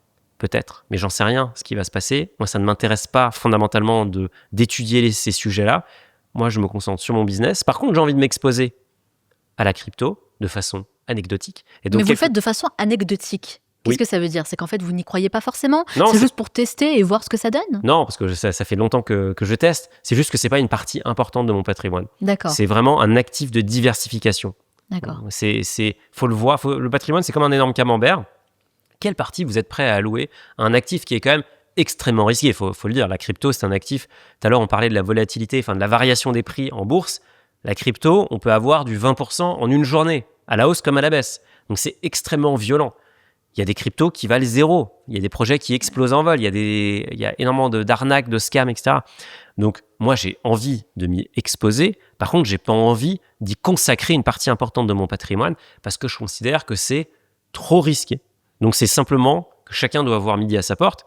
Maintenant, si vous êtes très jeune et que vous vous dites le Bitcoin, c'est l'avenir, vous pouvez mettre all-in. Il faut simplement avoir conscience que vous risquez de faire moins 50% en une semaine et que là, il ne faudra pas que ça arrive en même temps qu'un coup dur dans la vie, puisque sinon, vous allez vous retrouver dans la situation où il va falloir vendre. Et ça, c'est le pire.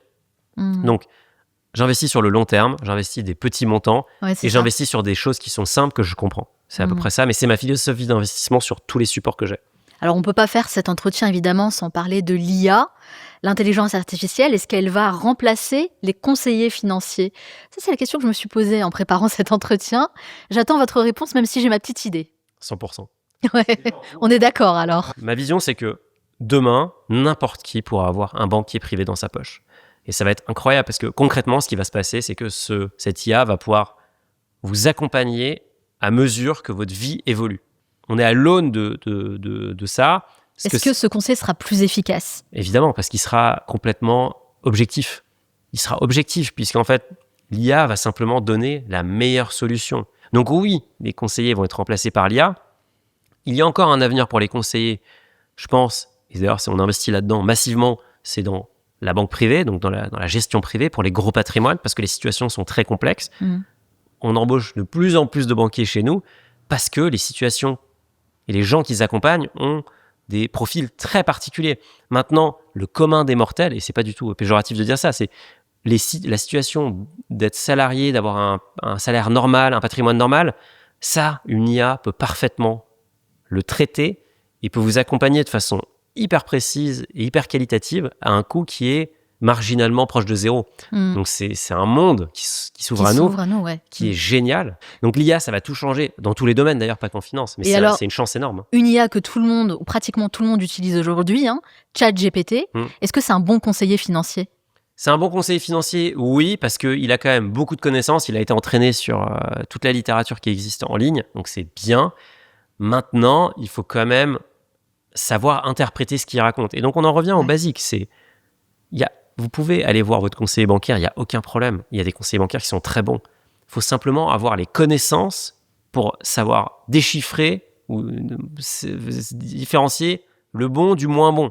C'est pareil avec ChatGPT. Si vous ne comprenez rien à ce qu'il vous raconte, je pense qu'on n'est pas très avancé. Après, on peut lui demander de simplifier, évidemment. De simplifier, d'expliquer, d'aller plus loin. In fine, c'est vous qui voulez faire le jugement, qui voulez prendre la décision finale. Et donc, ce que j'encourage tout le monde à faire, c'est vraiment d'investir dans ses connaissances. Aujourd'hui, c'est gratuit de se former. N'allez pas acheter des formations sur Internet pour apprendre à investir. Tous les contenus sont gratuits. Il y a des contenus sur tous les sujets. Il y a de la littérature à foison. Vous avez ChatGPT qui peut vous accompagner au quotidien. Mais vous ne pouvez pas lui faire confiance à 100%. À 100%, il faut savoir sélectionner. Il faut savoir, in fine, prendre une décision en toute connaissance de cause. Et donc, pour ça, faut avoir quand même des connaissances. Donc, c'est un bon investissement. Oui, prendre des décisions en toute conscience quand il s'agit de son argent, ça me semble quand même important. Mais de tous les sujets, d'ailleurs. Moi, j'adore ChatGPT. Oui. J'utilise au quotidien, c'est incroyable. Mais il y a des choses où, déjà, je sais qu'il raconte n'importe quoi. Il hallucine, comme on dit. Mais il y a aussi d'autres sujets où... Il est quand même très bon sur certains sujets. Non, il est incroyable. Enfin, je veux dire, aujourd'hui, la question, c'est pas de savoir si l'IA va tout changer ou pas. La question, c'est de savoir à quelle vitesse. Donc, d'ailleurs, c'est un truc que je dis souvent, c'est que moi, je suis un techno-optimiste. Je suis un optimiste par nature sur la technologie. Évidemment qu'il y a des risques. Évidemment qu'il y a des choses qui vont peut-être être moins bien avec l'IA. Mais dans l'ensemble, l'humanité va aller bien mieux. Comme l'humanité est allée bien mieux avec Internet, avec le téléphone, avec la machine à vapeur, avec l'eau courante. C'est des trucs assez basiques. Mais c'est ça, les révolutions industrielles auxquelles on a fait face. Donc vous voyez l'IA comme une révolution et comme une évolution. L'IA, c'est la 4e révolution industrielle. C'est peut-être la plus grande de toutes les révolutions. Mais ce que j'aime bien demander, c'est la première révolution industrielle, c'est l'eau courante. Donc c'est assez basique. La 3e révolution industrielle, c'est les télécommunications. Est-ce que vous préférez avoir de l'eau courante chez vous ou avoir Internet ? Je pense que tout le monde préfère avoir de l'eau courante. L'IA, quelque part, va tellement changer les choses que peut-être qu'in fine, on préférera avoir que de l'IA que tout le reste. C'est évidemment difficile de prédire l'avenir, mais toujours est-il qu'il y a deux attitudes qu'on peut avoir. C'est soit on se dit que c'est dangereux ou qu'on ne va pas y aller, et donc on n'y touche pas, et donc là, c'est simple, on sera obsolète dans quelques années. Soit au contraire, on y va à fond. Et donc typiquement, si on en revient aux jeunes qui se cherchent, qui veulent trouver un métier dans lequel ils pourront s'épanouir, gagner bien leur vie, mais maîtriser l'IA aujourd'hui, c'est un atout qui est indispensable. Donc déjà, utiliser ces outils-là, vous pouvez créer des sites internet, vous pouvez faire des trucs de dingue, faire de la vidéo, c'est génial. Nous, on a tourné justement un entretien passionnant avec un expert de l'intelligence artificielle. Donc j'invite toutes les personnes qui nous écoutent et qui sont peut-être intéressées par ce sujet à regarder cet entretien qui est vraiment exceptionnel. Mais pour continuer justement sur l'investissement, comment on peut investir dans l'IA et quel type d'ETF vous recommandez ? On va revenir au basique, mais aujourd'hui, c'est quoi la valeur IA par excellence ? Je pense que tout le monde le sait, c'est NVIDIA. NVIDIA, c'est le vendeur de pelles et de pioches de la bulle de l'IA, quelque part. Ils vendent ce qu'on appelle les GPU, donc les cartes qui permettent d'entraîner les modèles.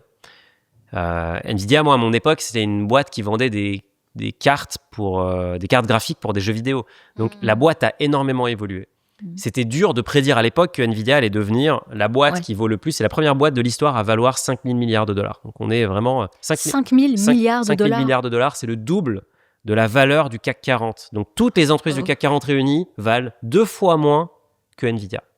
C'est quoi la meilleure façon de s'exposer à l'IA ? Bien, il y a 2 écoles. Soit on se dit c'est Nvidia qui va tout rafler. Dans ce cas-là, vous pouvez acheter le titre Nvidia, c'est une entreprise qui est cotée en bourse. Ou alors vous vous dites, je n'ai aucune idée en fait. Parce que demain, ça peut être la boîte d'Elon Musk, ça peut être Amazon, ça peut être Google, ça peut être un nouvel entrant, ça peut être OpenAI. Et la bonne nouvelle, c'est que si vous achetez l'ETF S&P 500, même le MSCI World, vous avez du Nvidia dedans. D'accord. Et donc quand Nvidia monte, l'ETF monte. Donc quelque part, la meilleure façon de s'exposer à l'IA, vous pourriez acheter un ETF thématique IA, mais personnellement, je trouve que c'est pas nécessaire. Je préfère acheter des ETF qui sont très larges, D'accord. dans lesquels il y a de l'IA, mais il y a aussi des bonnes vieilles valeurs industrielles qui fabriquent les choses, les tables, les chaises, qui font tourner un peu le monde et qui ne sont pas que dans une technologie qui est quand même naissante, mais aussi très survalorisée. Il faut avoir conscience qu'aujourd'hui, on est dans une espèce de bulle de l'IA. Est-ce qu'elle va exploser ? Probablement. Quand ? Personne ne le sait. Est-ce qu'il va y avoir des dégâts sur les marchés ? Probablement aussi. Donc, moi, j'ai pas envie de détenir des valeurs individuelles d'IA. Je préfère détenir un panier très large dans lequel il y a de l'IA. Donc, si l'IA cartonne, génial. Par contre, le jour où l'IA se casse un peu la figure, j'ai d'autres choses qui viennent quelque part me rattraper. Donc, c'est un peu l'effet des amortisseurs. C'est ça l'avantage des ETF. Ne pas mettre tous ses œufs dans le même panier. Jamais. Et donc là, si vous achetez le S&P 500, vous avez 500 valeurs. Il se trouve que l'IA et toutes les valeurs tech font la majorité de la performance. Mais le jour où elles se retournent, vous aurez d'autres valeurs qui pourront compenser. Alors, Mounir, de par votre activité, vous avez l'occasion de côtoyer des personnes qui sont très, très riches. Vous nous l'avez dit tout à l'heure. Ma question, elle est simple. Qu'est-ce que les riches savent que la plupart ignorent ? Très bonne question. Je pense que c'est l'histoire du capital. Les riches savent que s'ils vendent leur temps, leurs revenus sont capés. Donc, l'objectif, ça va être de détenir du capital, par exemple une entreprise, de créer de la valeur pour leurs clients. Et la façon de développer son entreprise, ça va pas être de tout faire en même temps. Moi, j'ai plein de métiers différents chez moi, de la banque privée jusqu'au monteur vidéo en passant par le développeur. Je ne connais pas tous ces métiers, je ne suis pas expert. Donc, mon job, et le job de beaucoup de gens qui sont très riches, c'est de donner une vision à un groupe de personnes, d'embaucher les meilleurs, et ensuite de faire en sorte que ces gens-là travaillent avec une cadence qui est importante, donc de mettre du rythme. Et c'est ça que les riches ont compris. Pourquoi ? Parce que derrière, ça va produire des résultats qui sont exceptionnels pour les clients. On va pouvoir capter une partie de cette richesse, et vu qu'on est actionnaire de cette entreprise, on va pouvoir s'enrichir. 99% de nos clients avec des patrimoines, on va dire, supérieurs à 10 millions d'euros, sont des entrepreneurs. Ce sont des gens qui n'ont rien volé à personne. Ce sont des gens qui viennent de tous les milieux, de toutes les villes de France, qui viennent même de l'étranger, mais qui ont en commun le fait qu'ils ont travaillé très dur en détenant du capital. Et donc, in fine, c'est ça qui leur a permis d'exploser les plafonds et donc aussi d'aller à l'encontre de cette idée qu'en France, l'ascenseur social est bloqué. L'ascenseur social français est bloqué. La dernière porte qui permet de passer à l'étage au-dessus, c'est d'entreprendre ou de détenir une partie du capital à réussite exceptionnelle, prise de risque exceptionnelle. Et ça, c'est mécanique. Donc, il faut vraiment avoir conscience que oui, ça va être dur, mais ça va être vraiment quand même assez kiffant. C'est ça la réalité. C'est qu'on va s'éclater et tous ces gens ont en commun le fait que ils se sont pris d'énormes revers, ils ont galéré, ils ont eu tous des hauts, des bas, des machins.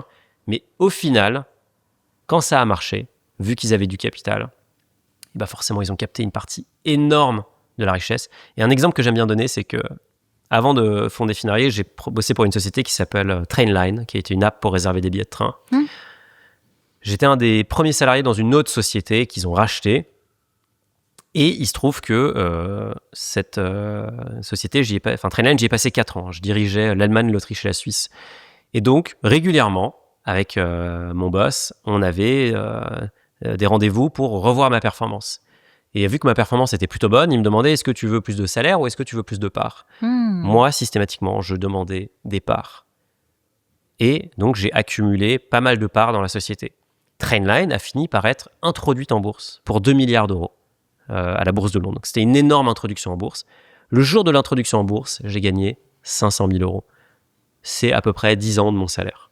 Donc, une très bonne décision à l'époque. Donc, une très bonne décision qui n'avait aucune... il n'y avait aucune garantie. C'est-à-dire que moi, même quelques semaines avant, j'étais assez persuadé que ça n'allait pas marcher parce qu'en fait, il y a tellement d'aléas et de trucs qui peuvent mal se passer que j'ai jamais eu la certitude jusqu'au jour où ça s'est passé.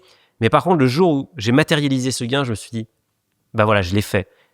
On revient au sujet de la gratification. J'ai pris un risque.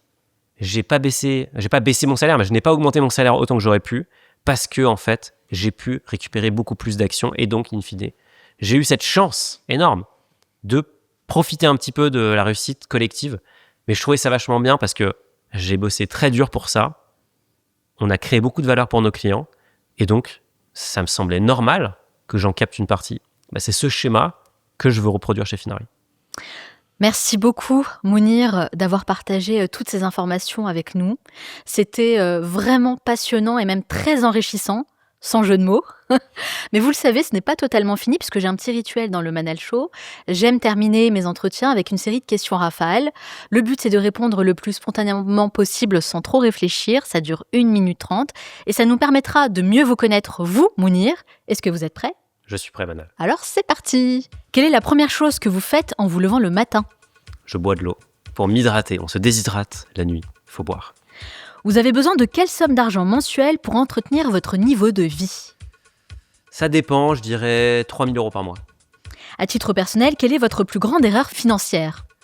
C'est d'avoir investi dans des actifs illiquides, des startups, puisque la plupart font faillite. Et votre meilleure décision financière ? Lancer ma boîte, Finari. Si vous avez 100 euros et pas 1 euro de plus, dans quoi les investiriez-vous ? 100% MSCI World, donc investir en bourse. Quel est le dernier livre que vous avez lu ? Becoming Steve Jobs, donc une biographie non officielle sur Steve Jobs. Je pense que c'est important de comprendre comment fonctionnent les meilleurs pour s'en inspirer. Quelle est la chose à laquelle vous croyez et que les autres considèrent comme une folie ? Moi, je pense qu'il faut faire qu'une chose à la fois. Et donc, ma vie tourne autour de mon entreprise. C'est extrême, mais c'est ça qui permet in fine d'avoir du succès. Quel est le luxe dont vous ne pourriez absolument pas vous passer ?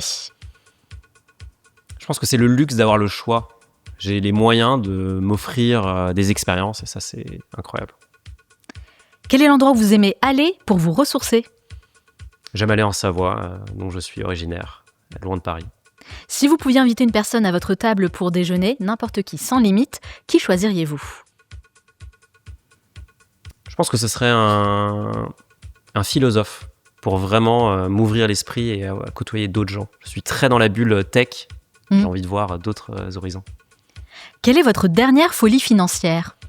J'en ai pas. Je fais pas de folie. Pas de folie ? Non. C'est peut-être ça le secret alors. C'est peut-être ça le secret. Mais je ne me prive pas. Est-ce que vous croyez en Dieu ? Non. Quel est votre talent caché ? Je parle allemand. Quelle est la personne qui vous inspire le plus aujourd'hui ? La personne qui m'inspire le plus aujourd'hui, c'est la personne qui m'a toujours le plus inspiré, c'est mon grand-père, qui malheureusement est décédé, mais qui, pour moi, incarnait cette valeur de travail, intégrité et bon sens. Qu'est-ce qui vous préoccupe le plus dans le monde dans lequel on vit aujourd'hui ? C'est le manque d'espoir qu'ont les jeunes générations. Je pense qu'on est bombardé de mauvaises nouvelles sur les réseaux sociaux et ça peut être difficile de voir qu'en fait, le monde va de mieux en mieux. C'est simplement qu'on a de plus en plus de mauvaises informations. Selon vos proches, quelle est votre plus grande qualité ? Je pense que c'est d'être fiable, Et selon vous, quel est votre plus grand défaut ? d'être obtus. Quelle est la dernière chose que vous faites avant de dormir ? Lire, toujours. Très bien, bravo pour cette session de questions rafales. Ça va, vous en êtes très bien sortis. Ça va, c'était intense. J'ai l'impression que c'est plus intense que l'entretien lui-même. Mais c'est ce que la plupart des invités me disent aussi. Nous, ça nous permet de mieux vous connaître. J'aime également finir mes entretiens avec la question signature du Manal Show, évidemment. Quelle est la leçon apprise ces dernières années qu'on n'apprend pas sur les bancs de l'école ?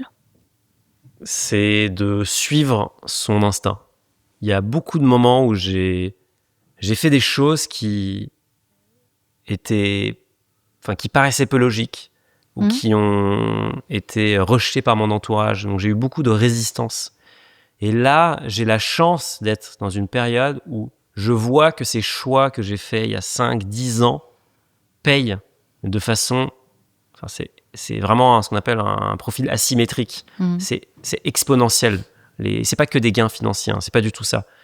Donc, c'est vraiment se faire confiance, s'écouter, être prêt à défier le statu quo, et vous verrez qu'il se passera des très belles choses. Faire confiance à son instinct. Une très belle leçon. Merci beaucoup Mounir. Alors évidemment, je recommande à toutes les personnes qui ont regardé cet entretien d'aller aussi regarder votre chaîne YouTube Finari. Vous faites un excellent travail de pédagogie, de transmission, de partage. Bravo pour ça. Merci. C'est vraiment très intéressant. Nous, c'est comme ça qu'on vous a découvert aussi. Si on veut en savoir davantage sur vous, sur tout ce que vous faites, où peut-on vous retrouver ? On peut me retrouver sur finari.com, qui est l'entreprise que j'ai créée, et aussi sur Instagram et X, où je partage des nouveautés sur Finari, mais aussi de temps en temps des opinions sur des sujets un peu plus sociétaux. Très bien. Merci encore une fois, Mounir Lagoun. Je vous souhaite beaucoup de succès dans tous vos futurs projets. Merci. Je vois souvent dans les commentaires que beaucoup d'entre vous oublient de s'abonner. Alors si ce n'est pas encore fait, prenez une petite seconde pour le faire. C'est simple, c'est gratuit et nous, ça nous aide beaucoup à faire évoluer le show. Vérifiez bien que vous êtes abonné parce que vous faites aussi partie de l'aventure. Et moi, en retour, je m'engage à écouter vos feedbacks, inviter les meilleurs experts au monde et continuer à proposer un show de qualité. Je compte sur vous. Merci beaucoup.